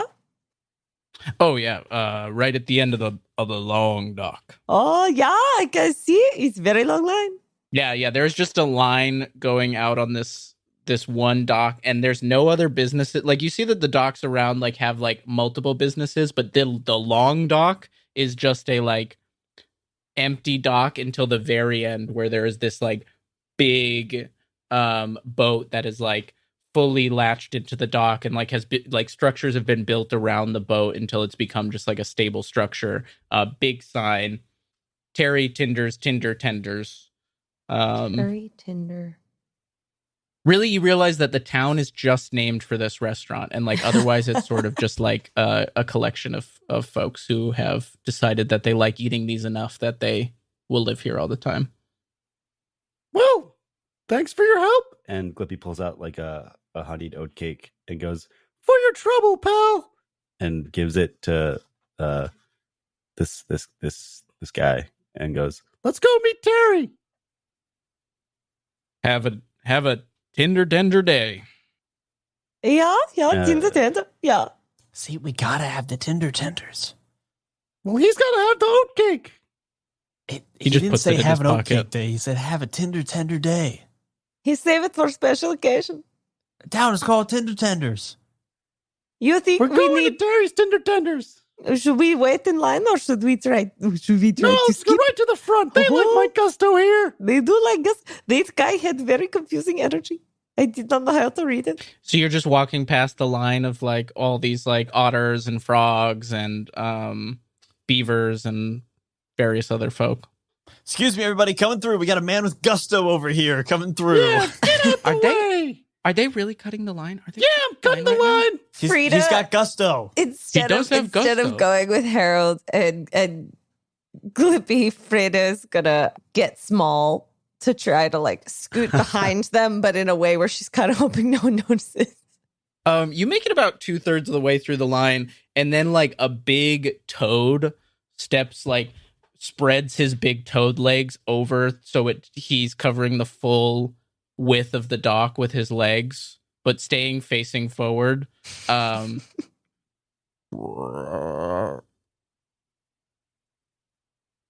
Move. Huh? Harold, get this guy to move. Hey, What? don't you see this guy's he's got gusto. So? That means we get to go to the front of the line. 'Cause that's what gusto means. I have gout. Oh, he's got gout. He gets to be the front of the gustos. That's how it no, goes. That could get. That's how that works. No, that's how that works. That's how that works. Yeah. That's I'm not sorry. how that- You know what? That's my bad. I didn't realize. Thank you. Yeah, you stay right there. We'll get right behind you because it's gout and then gusto. Just you like squeeze behind, and there's like a very small frog that's like, yeah, I got gout too. Oh, that's our bad. That's our bad. No, Let's go no, back. no. He's got gout. Fair's fair. But like at least 5 more people try to pull the same ruse on you, where it's like, yeah, I got gout too. Yeah, I definitely Harold got gout. goes with it every They're time. lying to you. Stop. No, they can't lie. You've got gusto. They've got gout. It's fair's fair. No, it's they're lying. Oh, Their excuse feet me. are No, we got fine. to go one more back. This guy's also got gout. No. Oh, the toad fully has gout. Like his feet are kind of fucked up. But everybody else totally lying. Freda's gonna tap the toad on his shoulder. What? And oh yeah, hello. Hello. This line, does it move fast? Not particularly. Oh, he's worth the wait then. He's slow Yeah. line, but he's good food.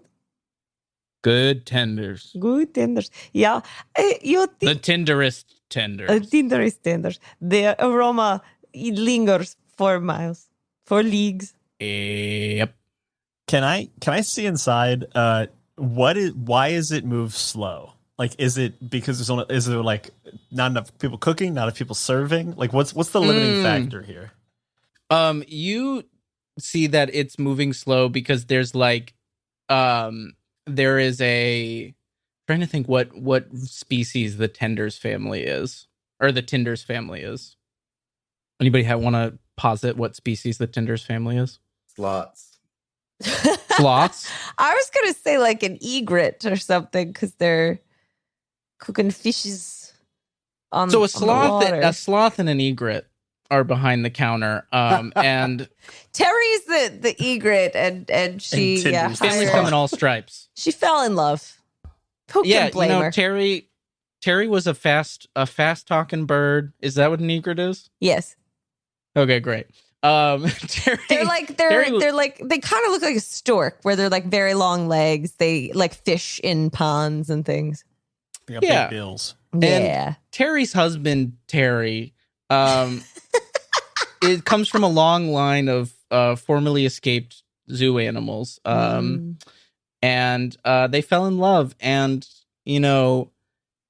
Terry the sloth has a way with batter and tenders, but he works meticulously to craft each tender, the perfect thickness of batter, cut to the perfect size. It's got that perfect, like you see people walk out with their little platter full, and it's like perfect rectangular prisms of fish in these tenders, with a nice big like glob of dipping sauce that's like plated somehow on these little like paper to go trays, but it like has a nice plating, maybe a little microgreen on there.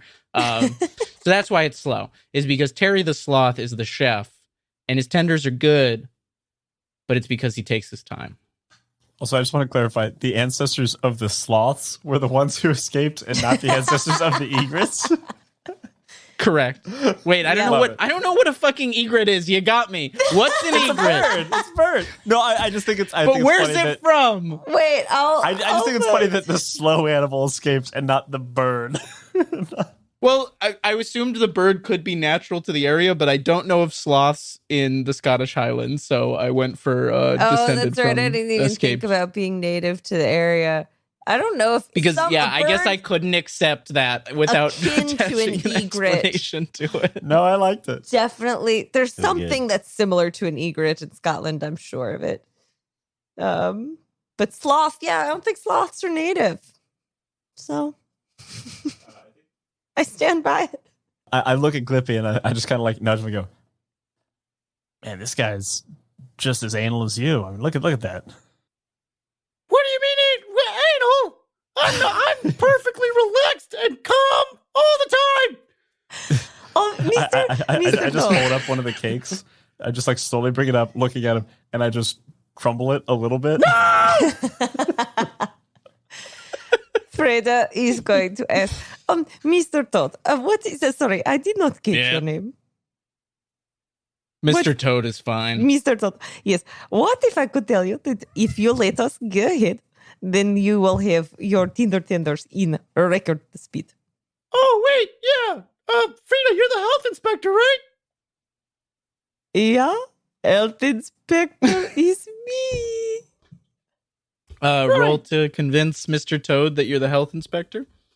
I'm trying to think if there's anything that I can use to What- do this. What if I? Go for it, Clippy?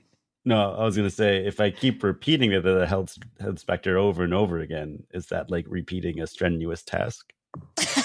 I think it counts. Are you just standing behind Frida going, health inspector? Health inspector.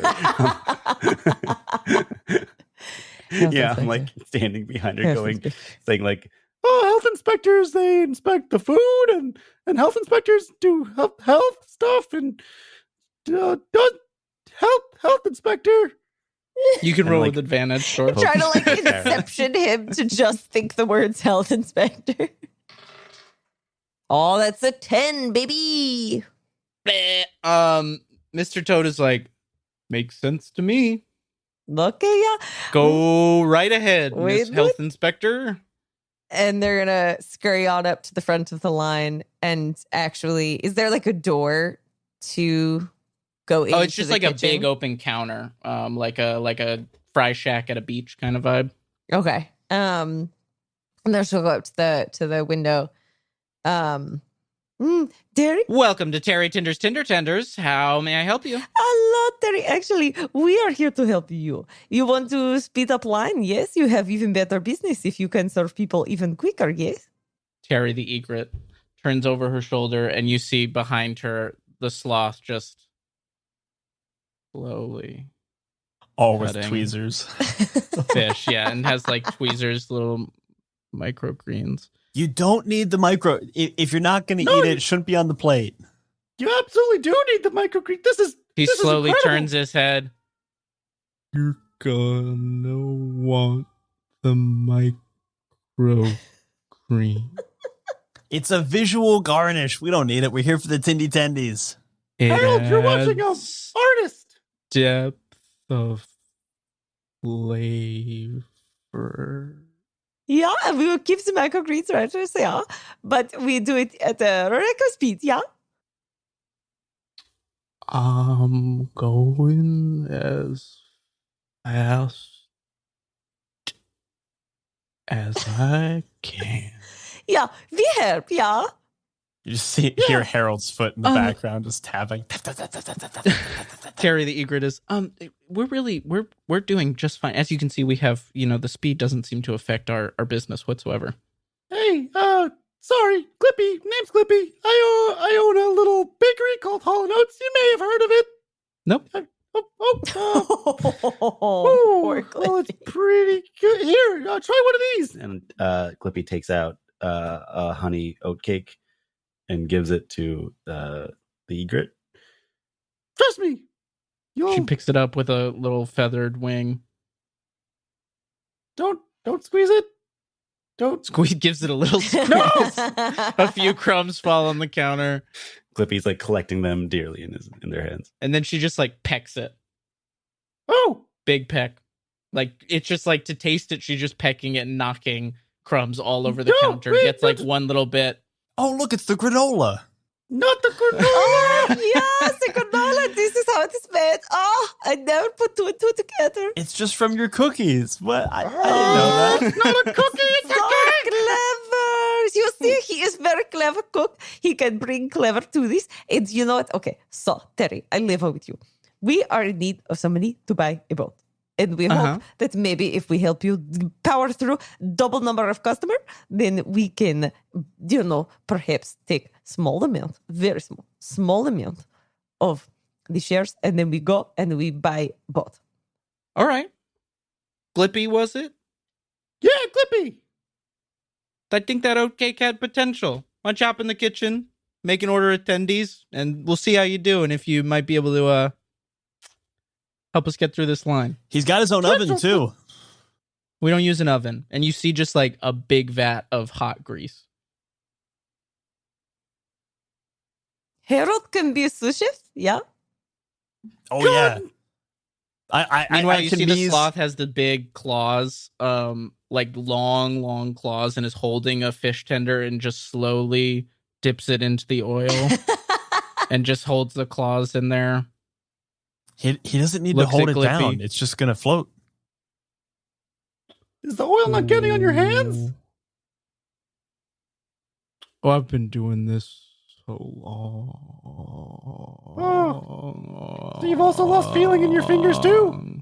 And like Clippy holds up their lizard hands and like they're like, if they had fingerprints, it'd be burned off by all that.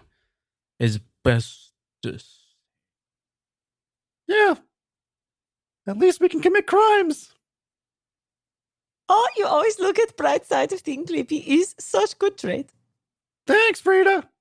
Glippy, why don't you give me a roll for making your own little order of tenders and see if you're up to Terry and Terry's snuff. Okay. And I think because Glippy's kind of small, so I do think I need to use Harold as a sous chef. Oh, you want me to mise that plus? I'll mise all the plus. And if you guys want to use any tags or anything, let me know how you want to incorporate those. We haven't used a skill yet. That's true. What is your skill? Oh no, you did use your skill, Shenuque, right? Yeah, repeat a Oh, strenuous but task. we didn't. I didn't give you an auto success there. So if you want to use your skill here for an auto success, you can get your one for the adventure. Sorry, I Oh. thought skill. What's the mechanic where you can like do a flashback? That's use your guts. Oh, use so your skill, guts. Sorry. Skill, Yes. the first time you do it, you get an automatic success, but then after that, it just gives you Yes. normal advantage. And then guts is you get an automatic success, but we mark 2 on the clock. Which the other thing, I don't know if I mentioned, but like as you reach milestones, I'm also marking the clock, so you do have 2 on the D12 Oh, okay. Whoa. Cool. And then for Call to Adventure and then the North Church. Got it. for the skills, do we only get like, because we have 3 skills, does each of them have an auto success or just You have 3 talents, 1 skill. Skill, it comes from your guild. So your recall ability. Oh, okay. Cool. The talents you just use for advantage as normal. Gotcha. I wrote them down as wrong. Yeah, I'll use my like auto success from the skill, was it? And so Clippy like goes back into like head baker mode and just starts yelling at Harold. Okay, come on, you idiot! Faster! No, it's slow. Wait, sorry, not faster, not faster. Faster! Take your I can do it time. faster! No, And he is chopping up all the vegetables. I'll do the microgreens. You just fry it when it's ready. Done frying. Do you want me to get the put it back microgreens? in. I'll get the microgreens. Okay. Yeah, it's okay. You're pretty good. Well, you're not too bad. Yeah, my dad was the Netflix can chef. learn from you. Terry is attempting to react to Harold doing things in the kitchen, but every time he starts, Harold's already doing something else. So it's just like, You just hear like ping, ping, ping, ping as he's heading to all the different like stations in the kitchen. And can like because Clippy's kind of small, can they be riding on Harold's like head and like ratatouilleing Harold a little bit? Oh, my God, absolutely. yes. yeah, Yes, they can. yeah, yeah. 100%. That's what's happening. So when all's said and done, you present a beautiful order of tenders. Does Glippy put his own spin on it, or does Glippy make them to Terry's Oh. specifications? Glippy is a arrogant little lizard, so they're putting their own spin on it. And what's that spin? They put some of their sticky tree sap that they no what they've did, they took the crumbs that Frida and Harold have been raving about and used that as some of the breading on the tendies. A little sweet and salty. Terry the Sloth, you present these, and Terry the Sloth is very slowly starting to have a taste. Meanwhile, Terry the Egret comes over, puts a sign up back in 5, and like full beak open, throws the whole tender in, chews within. All right. Maybe we call this a little special. Yeah. Charge an extra couple. What was the currency you said earlier? I should have written it down. Ragtags. Charge a couple extra ragtags. Yeah. This could be a good day. Oh, Glippy just goes, Like a daily special. A daily special. and just thinks about the time where they yelled at Niblet for trying to do Just the a daily little like special. fade to Niblet like holding the broken special Crying. menu. Oh. Glippy's like, am I a bad boss? I think Maybe. you see Harold is standing right next to what's his name? The sloth? Terry? Terry. I stay right next to Terry, They're both Terry. who's doing one fish, and he just grabs like a whole bucket of fish cubes that he's already made and just dumps them all in the oil. It's like, you can do way more than this. You can do way more faster. You got to batch fry, okay, batch fry. Oh, Now the temperature on the oil is going to drop when you throw in this much fish, but like that's fine. Just leave it in for a couple more minutes. Terry the Sloth's fully broken. That's fine. He's out of the way. just- Now we can keep going. He slowly takes off his apron, folds it. Oh no. No, Terry. Honey, I'll see you at home. Oh, And then slowly like walks out. And then can Sloth swim? Maybe. You just see him like dive out and like is a pretty fast swimmer, honestly, to swim home to their little home on another dock. Terry's like, all right, we're gonna be pushing out Glippy Glenders today. Glippy Glenders, everybody. That's the name of the special. We put it on the board. We can't change it now. We're charging 8 rag tags for an order of Glippy Glenders. Let's get this moving. And you guys cut to a little montage of Harold and Glippy chopping it up in the kitchen. Rita's helping do some customer service, take in like all the various orders. So she definitely used her paint set to paint like an advert sign, and she's kind of just moving up and down the line, doing the thing where they like spin the side, pointing. Yeah. Advertising. Doing just like crazy little sign flips on the dock. The Toad is like, these are the best Glenders I've ever had. Oh yeah. Many satisfied customers leave with their Glenders. Glenders. And then you see like Terry just like counting rag tags on the counter, divvying them up. And she's like, so you wanted to buy a boat, huh? Yeah. All right, well. Oh, and we the made life jacket. And a life jacket. Yeah. And she's just taking like stacks of money away from your share. So a boat and a life jacket. 3 life jackets. Oh, just 2 life jackets. I can swim. Put that back. 2 life jackets. Do you want the insurance? Don't take the insurance. No. It's a scam. It's a scam. Do you want the insurance? If you run into any rocks, we'll replace it at a discount or repair it at a discount. How much money? Just hold it. How many rag tags? It wouldn't fit on my fingers. It's what? It wouldn't. You said hold up the amount, and it wouldn't fit on my fingers. oh no! I just mean like grab the amount. Oh, the insurance. She grabs, and there's like 2 rag tags left after she grabs the insurance. We don't need the insurance. Come on. No, we not take insurance. Pleasure doing business with you. Oh, Terry, you are the light. So is other Terry. And Glippy, if you ever want to come back and make more Glenders, you got a home here at Terry Tinder's Tinder Tenders and Glenders. Maybe we could do like a collab or something. You can buy my honey cakes for your crumbs, and I have to re-examine the way I run a business, in all honesty. So I'm really going through it at the moment. That sounds like a very personal journey.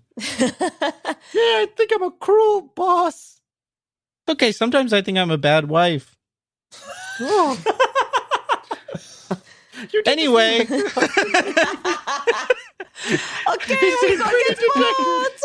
Bye. There's a lot to unpack here.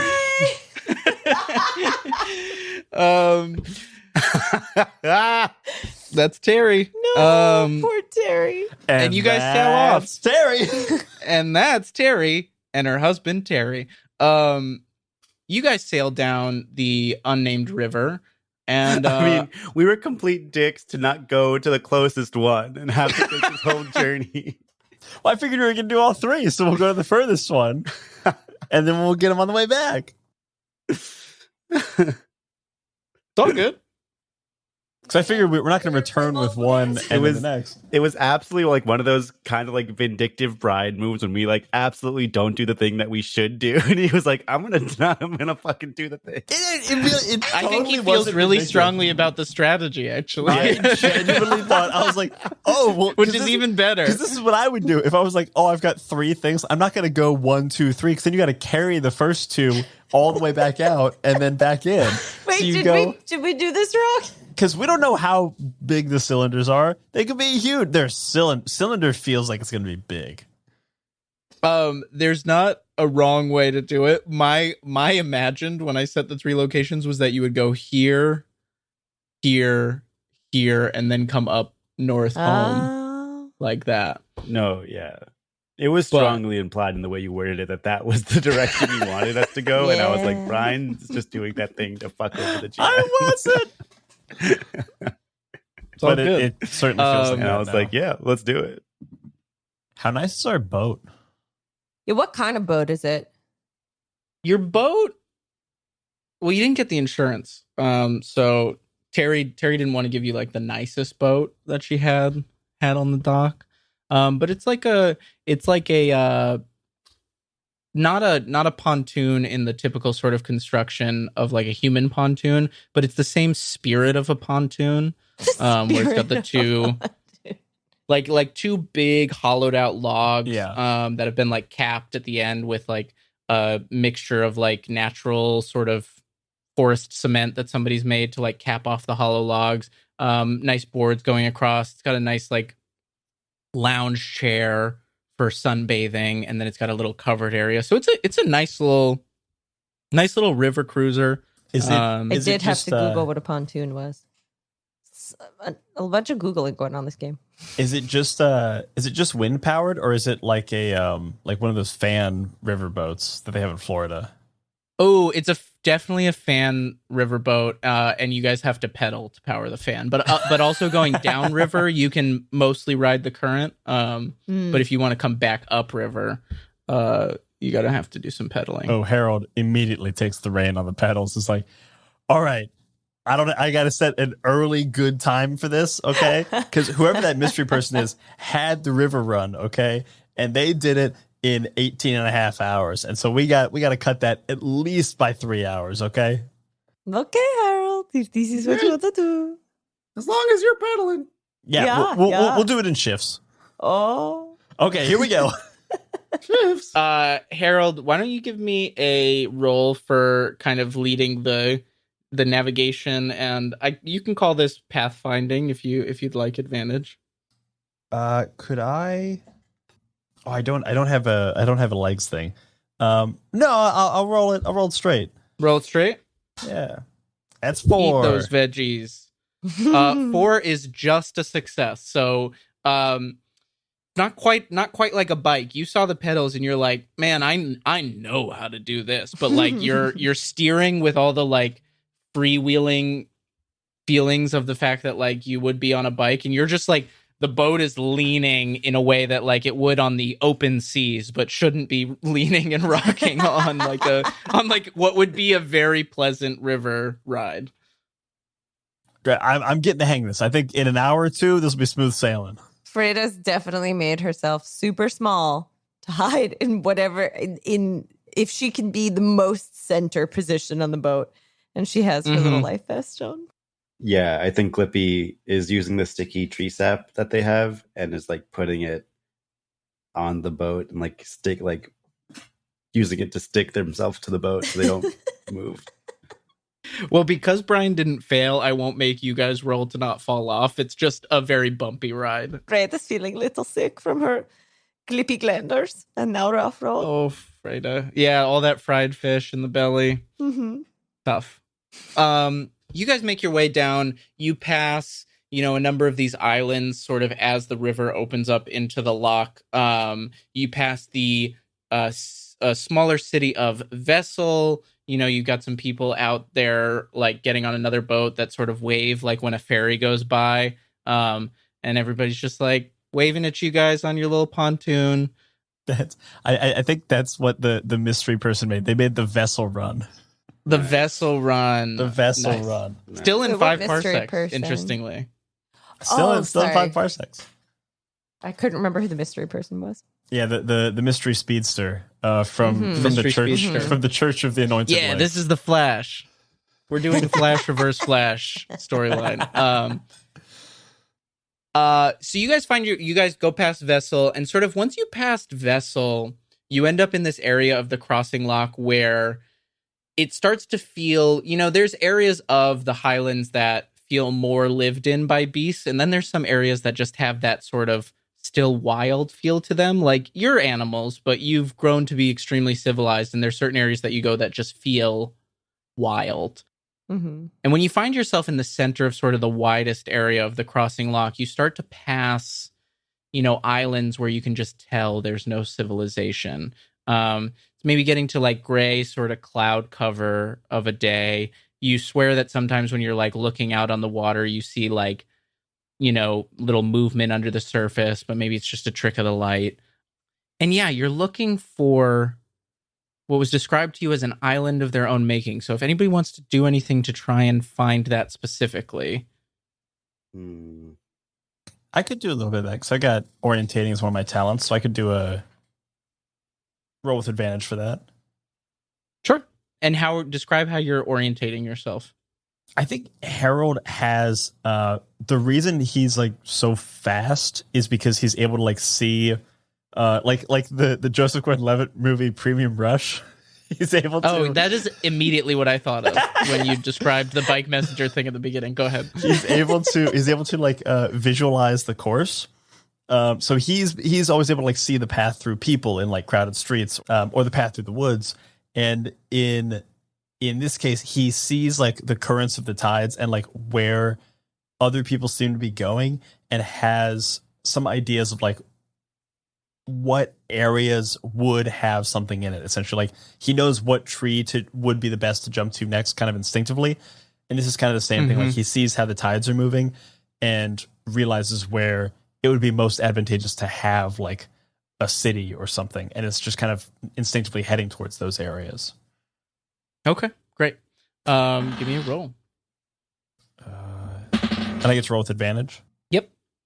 That's a 7 and a 1, so I'll take the 7. You sure? Great. So you're kind of doing this. You're doing your little like calculations as you look out as the island the lock starts to spread out, and the coast. It's not quite big enough where the coast disappear, but you're definitely like in a space where it's mostly water as you look out, and you're seeing these little islands, and you're like thinking about the paths of like where like trade routes and stuff might make sense, where other couriers would probably go, where you might like carve out the best path, the fastest path. And you notice that there's an area that's like you're marking as like that is not towards anything that like I would want to go to. And at one point when you're calculating, you look over there and you like don't see anything, and then 10 minutes later you're doing your like lookabout, and there's an island, and there wasn't an island there, like a small island with a bunch of like, you can see from a distance like a bunch of like leafless trees poking out of it. Guys. Yeah. What? An island of their own making. Oh, yeah. Those trees are not native. Someone made it. Oh, yeah. On their own. Can someone? I'm still stuck to the boat. I can't see it. Can someone rip me out of this? Oh yeah, here you go. Oh, it hurts so bad. Frida, You gotta do it fast like a Band-Aid. Definitely takes the extendable prodder and like helps. Like Glippy still has the sticky tree sap, and she just sort of sticks him on the end of it. It's like, oh yeah, you see the owl is waving. Oh no! Yeah, he's over there. Yeah. No! Oh, Glippy, you have best view of all islands. What do you see up there? Terrifying water! Oh, the island! I see the island! I see it now! Oh yeah. Sorry, what was that? Was that an island? You're so high up. Put me down! And then Glippy like looks down and like starts. Glippy pees himself. Glippy, why don't you give me a roll to maintain your cool? Better bring him down. It's starting to rain. That's an 11. Oh. You steal your nerves. You don't vomit. You don't cry. The pee gets sucked back in. Oh wait, never mind. The rain stopped. That's a lizard thing. Actually, the rain's going back That's up. straight lizard shit. That's lizard shit, baby. Also, the lizard extendable piss, rod is kind of like an umbrella where when you hit the button, it like auto kind of collapses in on itself. And so Freda will hit the button to bring Glippy back onto the boat. Great. Do you guys head straight for the island? Should we dock on island, or you think we should approach from secret side? Let's throw caution to the wind! Yeah, that's what I'm talking about. Speed run. Yeah, you can't really see into it like from this distance. It just is like looks like a little forest of dead trees was like popped onto an island, and it reaches the like end of it in a very unnatural way. That's not ominous at all. No! Okay. No red flags for me! I trust we go. And the whole time we're approaching, she's painting a little scenic, thing, memorializing the island. I think Harold is also swinging his whistling stone kind of as a like Warning. almost like a tugboat horn. Just like letting people know we're docking, we're docking. Great. You dock. Do you tie the boat off? Yeah. Yeah. Just a really You wanna quick, roll? really fast knot. You want to roll for that? Yeah, I'll roll for that. We're throwing Wait, rolls out. Can I do it? Because if I use my You do have grass rope. then I get to roll with advantage. No, yes. Yeah. Okay, then I'll do it. First one's a 1 Uh-oh. and a 12. My God. Whoa. Way to go, Fred. That puppy is tied. He's docked, baby. A wide Dock. stance on those dice rolls. The Docked. widest of all stances. You guys step foot onto the island. And what do you do? Can we like walk along it, or is it sort of like treacherous terrain? Yeah, you step onto it, and it's sort of like the first thing you notice is that like the terrain is sort of like a forest floor terrain where it's like detritus and like dead leaves and soil and sticks and twigs and the trees sort of like the trunks go into that. No like visible roots of the trees. They just seem to come right out of the detritus. Can I try to identify the smells of living creatures? Oh, yeah. Roll for that. Oh, it fell. It's an 8. An 8. I'm gonna call this our next milestone of you guys getting to the island, and so we're gonna shrink the dice Oh no. to a D8 or no, a D10. Sorry, D10. trying to fuck you over too quick. So That's- a D10 is now our. This That's the one? friend. Yeah. Yeah. Breda, you smell a lot of things as you kind of get off of the boat. You smell, the dead wood. You smell the leaves. Those are kind of in your face. You smell the water of the loch. A little bit of urine.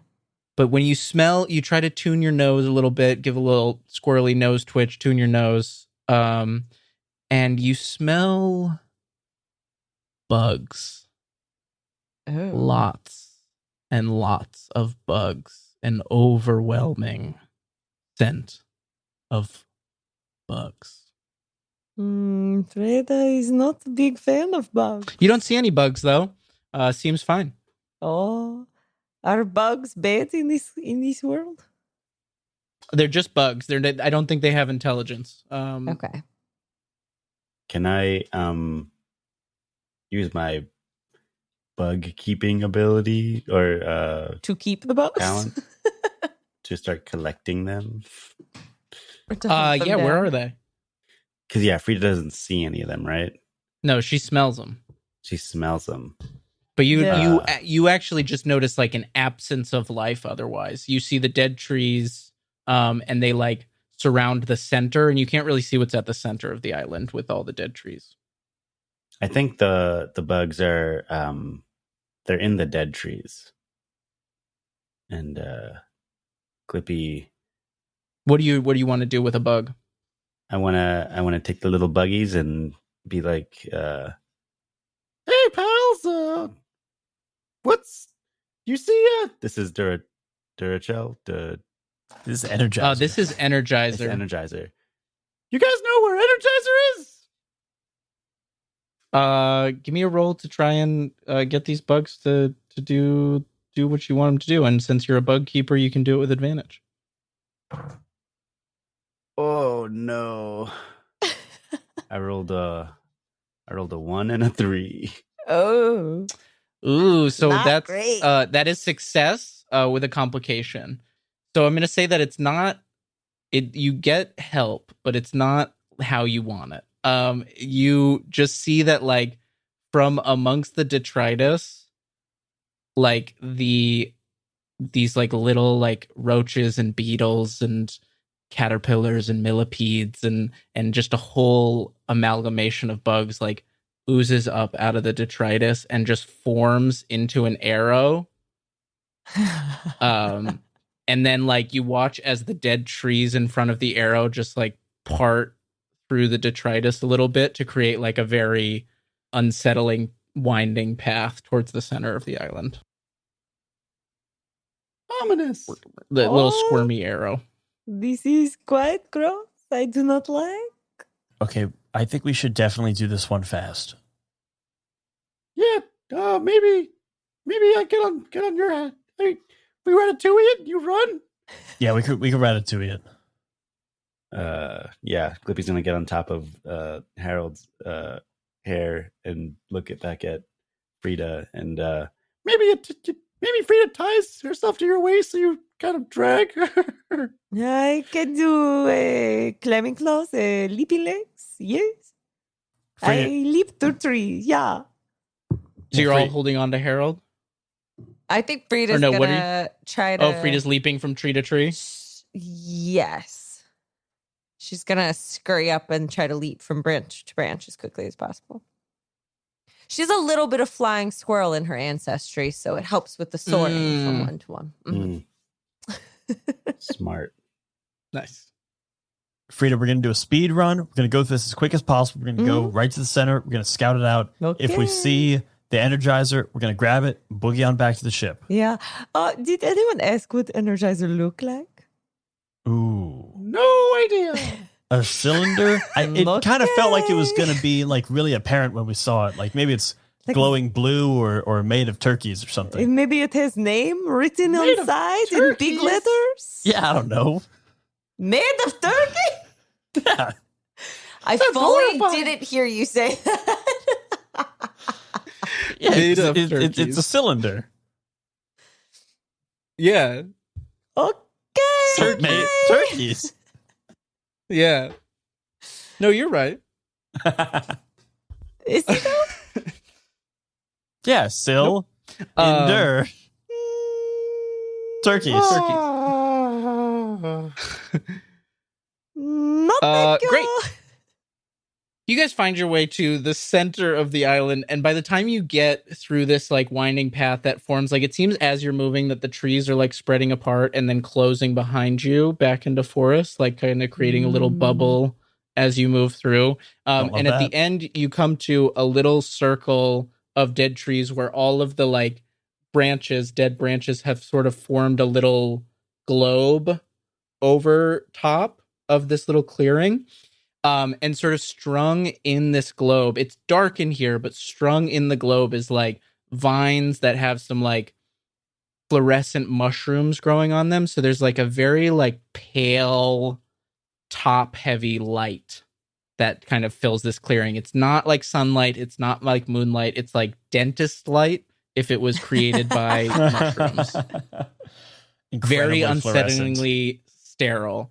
What And a at the very stunning center visual. of this clearing is a little hut, little simple wooden hut. It has sort of, it's adorned with like dead flowers and herbs, sort of like all over it, like worked into the woodwork and everything. And a little chimney, a little bit of smoke rising out of the chimney.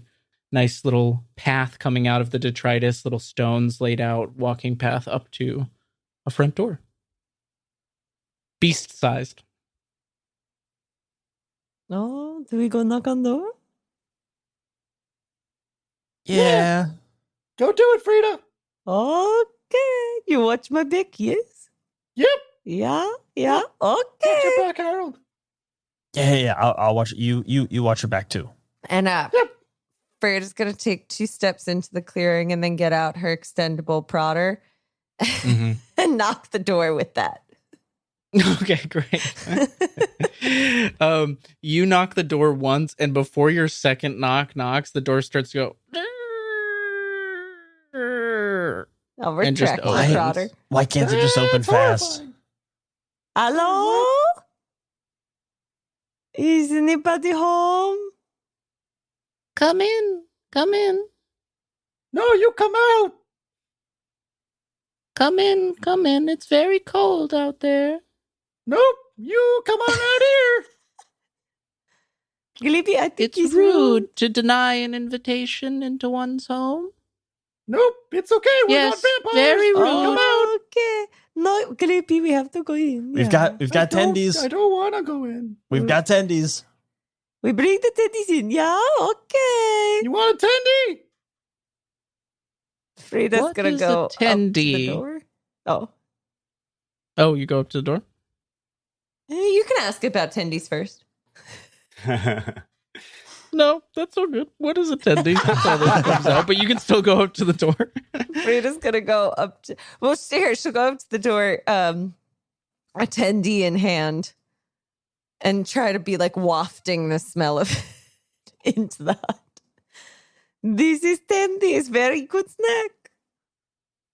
You walk into the hut and you see that like it is like a maximalist decorated home of like little trinkets and tchotchkes and herbs and like dried flowers and artwork, and the nature seems to have come in here. It actually, the inside of this house looks more vibrant than the rest of the island. It seems like there's like a lot of growth happening in here, herbs and mosses and different things like that. That's like especially apparent in the entryway. And then when you turn the corner, you see that there's like a very small little kitchenette and then a like cozy little living room. And there's 2 little rocking chairs and 2 little frogs sitting there knitting. Little poison dart frogs, one bright blue, one bright red. Old little women wearing these like layers and layers of like fabric and robes, but you can see the like super bright coloration coming up on their wrists and on their faces. And they're knitting and they say, "Hello. Oh, hello. Welcome to our home." You built this home yourself?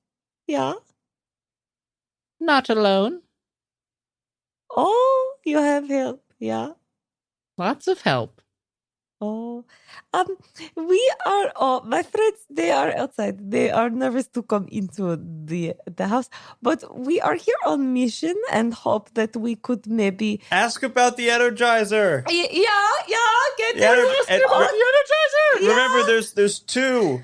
There's going to be 2 in there. Yeah, there's 2 in there. Yeah. You might have to kill them. No, he's not killed. No, he is joking. cylinder. He is very funny. He's making joke. Why won't your friends come in? And then the second one says, yes, why won't they come in? Very rude. They Very are rude boys. Yes, they are not well behaved. No. But is Honey, what size are you? I could knit you a sweater. Oh, I do love sweater. We could do exchange. I paint picture of the island. I show you picture. Yes, I painted one of beautiful island because from approach it was just stunning. And she'll take her painting out and show them her painting of the island. Don't show that to anyone. Oh, his secret painting just for you is one of kind. Oh, I understand. You want to keep art private. Okay. They look at each other. Did you kill them? No, it's not Tell your this friends kind of situation. to come inside. No. Okay. The other one says, yes, inside is better. They should come inside. We do inside. Okay, I leave. I go get them. Very good. Leave the drawing. Oh, yes. Okay. We do art exchange. You knit me sweater. I leave you painting. Okay. As soon as you let go of the painting, one of their tongues just goes and grabs the painting and eats it. Oh. You eat painting. What painting? Oh.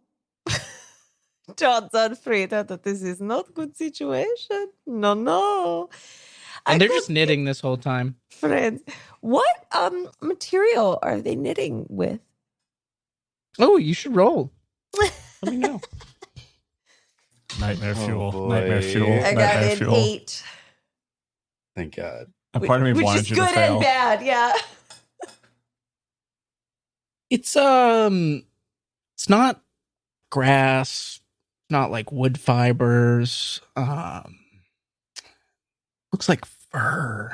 Looks like some Is it fur turkey? they're knitting with. turkey.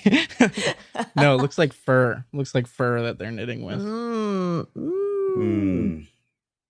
Okay, I get my friends, and we come back.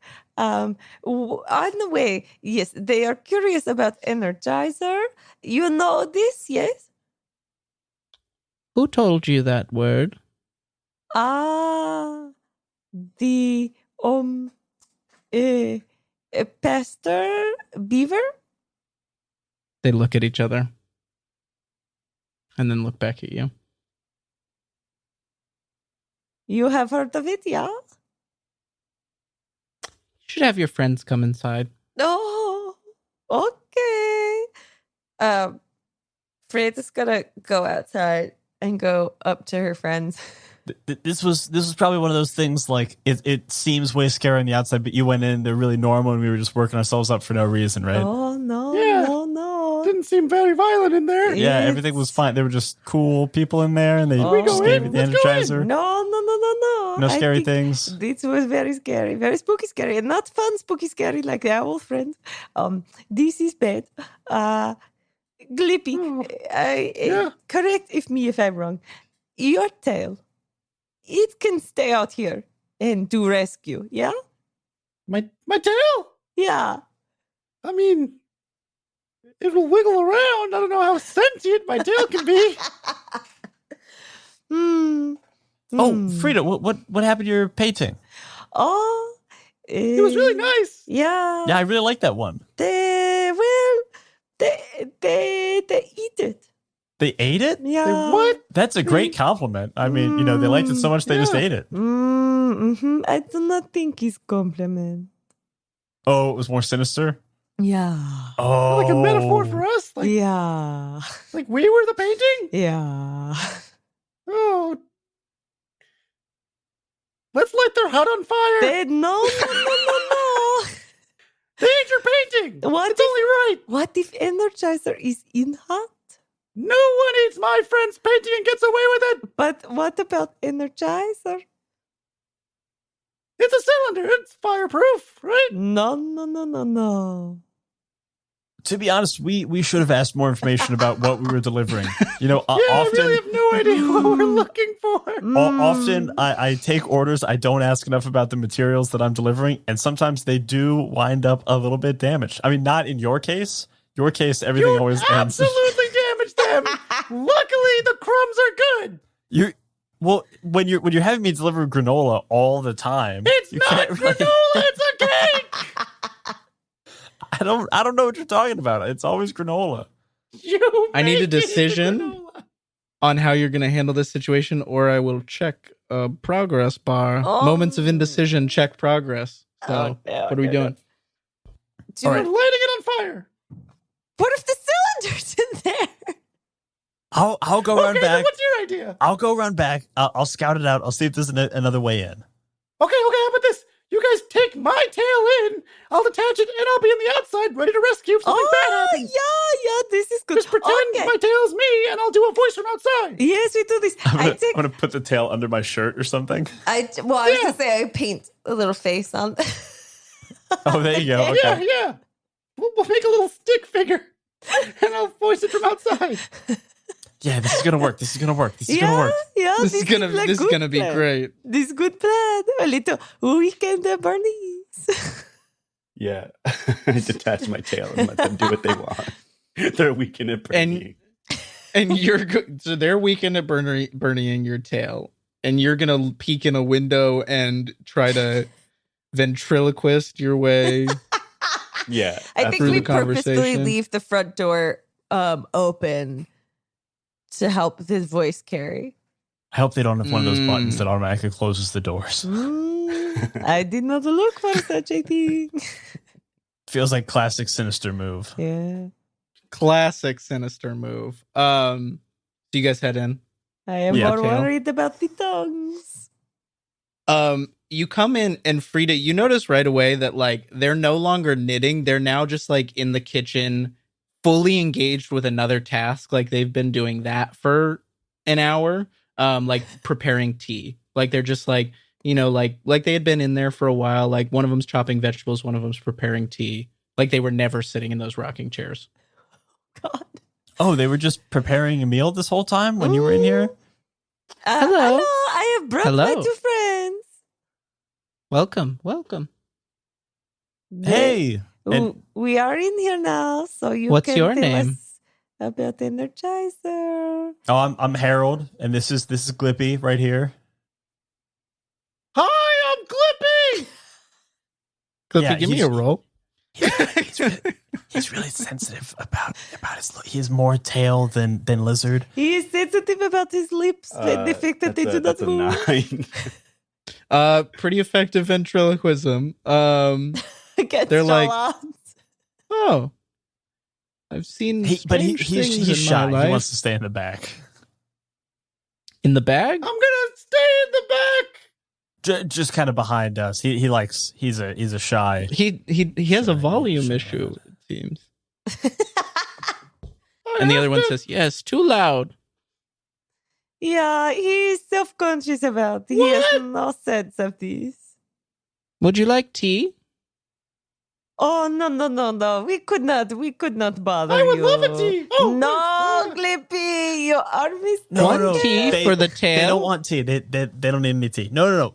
For the lizard, not just they're mostly Lizard, tail, yes. but also full lizard. For the I'm a tail. baby raccoon. What? What? I want to be a baby raccoon. Okay, Glippy, I'm always it's a lizard. okay. You now stop. You stop. You just see He that has- the blue one is just picking out a bunch of different herbs and putting it into this teacup, pouring a bunch of hot water over it. Have you heard about this Energizer thing? We were told you might be able to direct us to the Energizer. You shouldn't speak words that you do not know the power of. What, like Energizer? Yes. Or like The other one Duracell? says yes. We were hope to take cylinder. How do you know of Duracell? Can you speak louder? Where I is can't it? hear. Where is Duracell? We do not know, no. But we are come to look at Energizer just to know where it is, and then we go look for the other one. We do not know, but we find, and then The red one we can report walking to closer. everyone where all the thing is. Yeah, we're doing this in kind of like a reverse order. Like We we make went a to the map. furthest location that was you. So maybe you guys are kind of like more big bad boss. So you know the other location. No. We just Oh make yeah, big yeah. map. We know one's in a cave and one's in the. I What mean, location? sorry. The red Oh, one looks back to the blue one and then looks at you, Harold, and like kind of looks you up and down and says, "You have a marvelous coat." Oh yeah, you know I keep it real shiny. It's kind of like a pomade type thing. You just go all over, pomade all over. She reaches out and goes to put a hand on your shoulder. Do you react? Like a gentle kind of like, here I am. I think I'm gonna I say think something to you. immediately Harold's like boxing paws kind of like come up and go, whoa, oh sorry, you know that's just kind of a reflex. Roll to avoid touching her when you do that. Can I, since I'm using my boxing paws, do I get to use advantage? Hell yeah. 7 and 8. Very good. You have like maybe a sleeve or something, and you like manage to like roll your arm around her arm and like avoid the touch. Back up a little bit. Says, "Oh dear, I meant you no harm. Just a Oh no, I'm tender just I'm a hello." little jumpy, you know, because I'm a hare, you know. It's in my nature, you know. So this Energizer thing, we understand it's a cylinder. I'm looking around. You've got a lot of tchotchkes and knickknacks and pattywags and some give a dog a bones. And I was wondering if there's maybe a stray cylinder in here that may kind of match what we're looking for. Because I'm on a timer right now. He pulls out a stopwatch that's still clicking from when they left. And you know, I've got a time I'm trying to beat. You know, it's not a deadline from anyone else. It's just kind of a personal deadline. and we're a little bit. We kind of did some other stuff in Tendy Town, so I'm kind of trying to catch up. So if we could just kind of speed this along, I'd love to get that cylinder. Frida, give me a roll while he's just like to see something while he's talking. A 5. 5. The blue frog, the red frog's talking to Brian. The blue frog has like disappeared from behind the red frog. Oh. Like scurried out of sight at some point while they were talking. Probably like in the middle of the hullabaloo over the hand touch. Could Frida use her identifying smells to try to see in what direction the blue frog went? Yeah, give me another roll. And with advantage. All right, so that's a 3 and a 5. 3 and a 5. 5 is a success. The blue frog is right behind Harold now, about to put a hand on him. Frida is going to take her extendable prodder and does she want to hit Harold or does she want to hit the frog? I think she's gonna bop Harold on the head to get him to turn around and see that he is flanked by frogs. And can I also use my keen ears and try to, like, as you bop me, all of a sudden I kind of like shoot to attention and Yeah, you give me a roll to avoid any consequences as this. Oh, yeah. And can I use as now you're advantage kind of for getting it from both sides. Yeah. my keen ears? It's 5 and a 4. Your ear perks up right as Frida sort of like bops you on the head, and you hear that the blue frog is right behind you, goes to put a hand, but you like keenly dodge out of the way. And now you're backed up with Frida, and the two frogs have sort of come together again and are looking at you. I'm going to put my dukes on and be like, all right, there's been a lot of unwanted physical touch kind of trying to happen here, so we're going to put a stop to that right now. Louder, please. I still can't hear. I said there's a lot of unwanted physical touch about to happen in here. I'm saying right now, I'm putting a hard no. Yeah, I see that. Sorry. Big hard X. I think that maybe it's time for Not rescue. Yeah.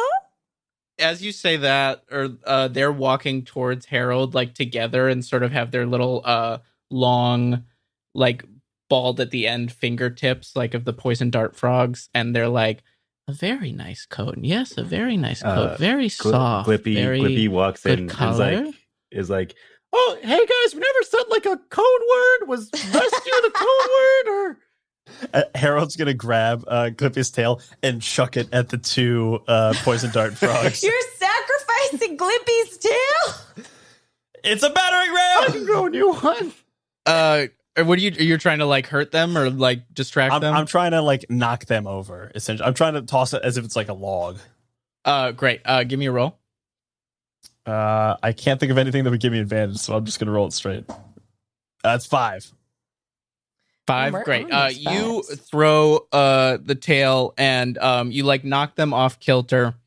Just then, the tea concoction that the red one was making, like they get knocked back off their axis. The tea goes flying, and instead of spreading on all three of you, I'm going to say that it just lands on. Somebody give me. Somebody roll their D12, and I'm going to say 1 through 4 is Brian, 5 through 8 is Shenuque, and 9 through 12 is Abby. Who wants to be responsible for this? I'll take the. I threw the tail. I'll take the consequences. It's 3, so that's me. Oh. So that's you. Brian, what was initially intended to get kind of splashed on all three of you, although I guess Shenuque, you're not in here, or Glippy, you're not in here. I just walked in, so I guess Oh, yeah. Yeah. Gets splashed just on Harold. And like as this lands, you get this pungent smell of it, and it like sort of like bubbles. It doesn't hurt at all, but then all of a sudden you hear like the chittering of like bugs, and sort of out of the ground outside of the cabin, they sort of come and they swarm onto Harold and like pull you out of the cabin, where they would have pulled all three of you, but pull Harold out of the cabin, kind of like you're like fighting off this mass of bugs. Guys. Wait. My friends, my bugs. Wait. Oh, no. Can I use my bug keeping to like find a little bug to like lead me to where they're taking them as I like run out after Harold? Sure. Yeah. Give me a little roly poo. I rolled with advantage because of yeah. buggy keeping. Cool. Mhm. That's an 8. Great. So what is your intention? I'm trying to find like a little like cave spider to like take me, or to be like just like follow it to wherever they're taking Harold. And I'm like, Frida, I'm gonna get Harold to kill the frogs. Oh no, this is not good taste for me. Do you want me to light it on fire before I go? I can light it on fire. Oh no, this is okay. I can do fire on my own if need be. Okay. Okay. Good luck. Good. Sorry.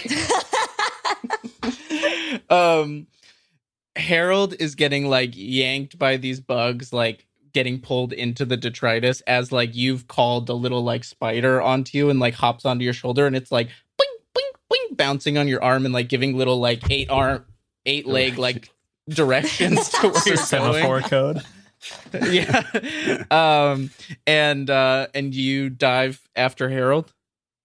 Yeah, I'm gonna try and save Harold. Oh Right. no.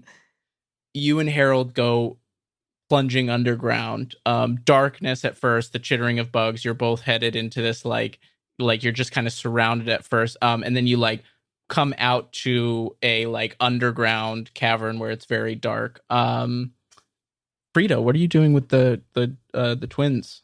Oh no. First thing she's gonna do while they're still a little incapacitated, she's gonna make herself small and start heading towards the door, and then is gonna try to like dart her eyes all over the place to see if she sees Energizer anywhere in the cottage.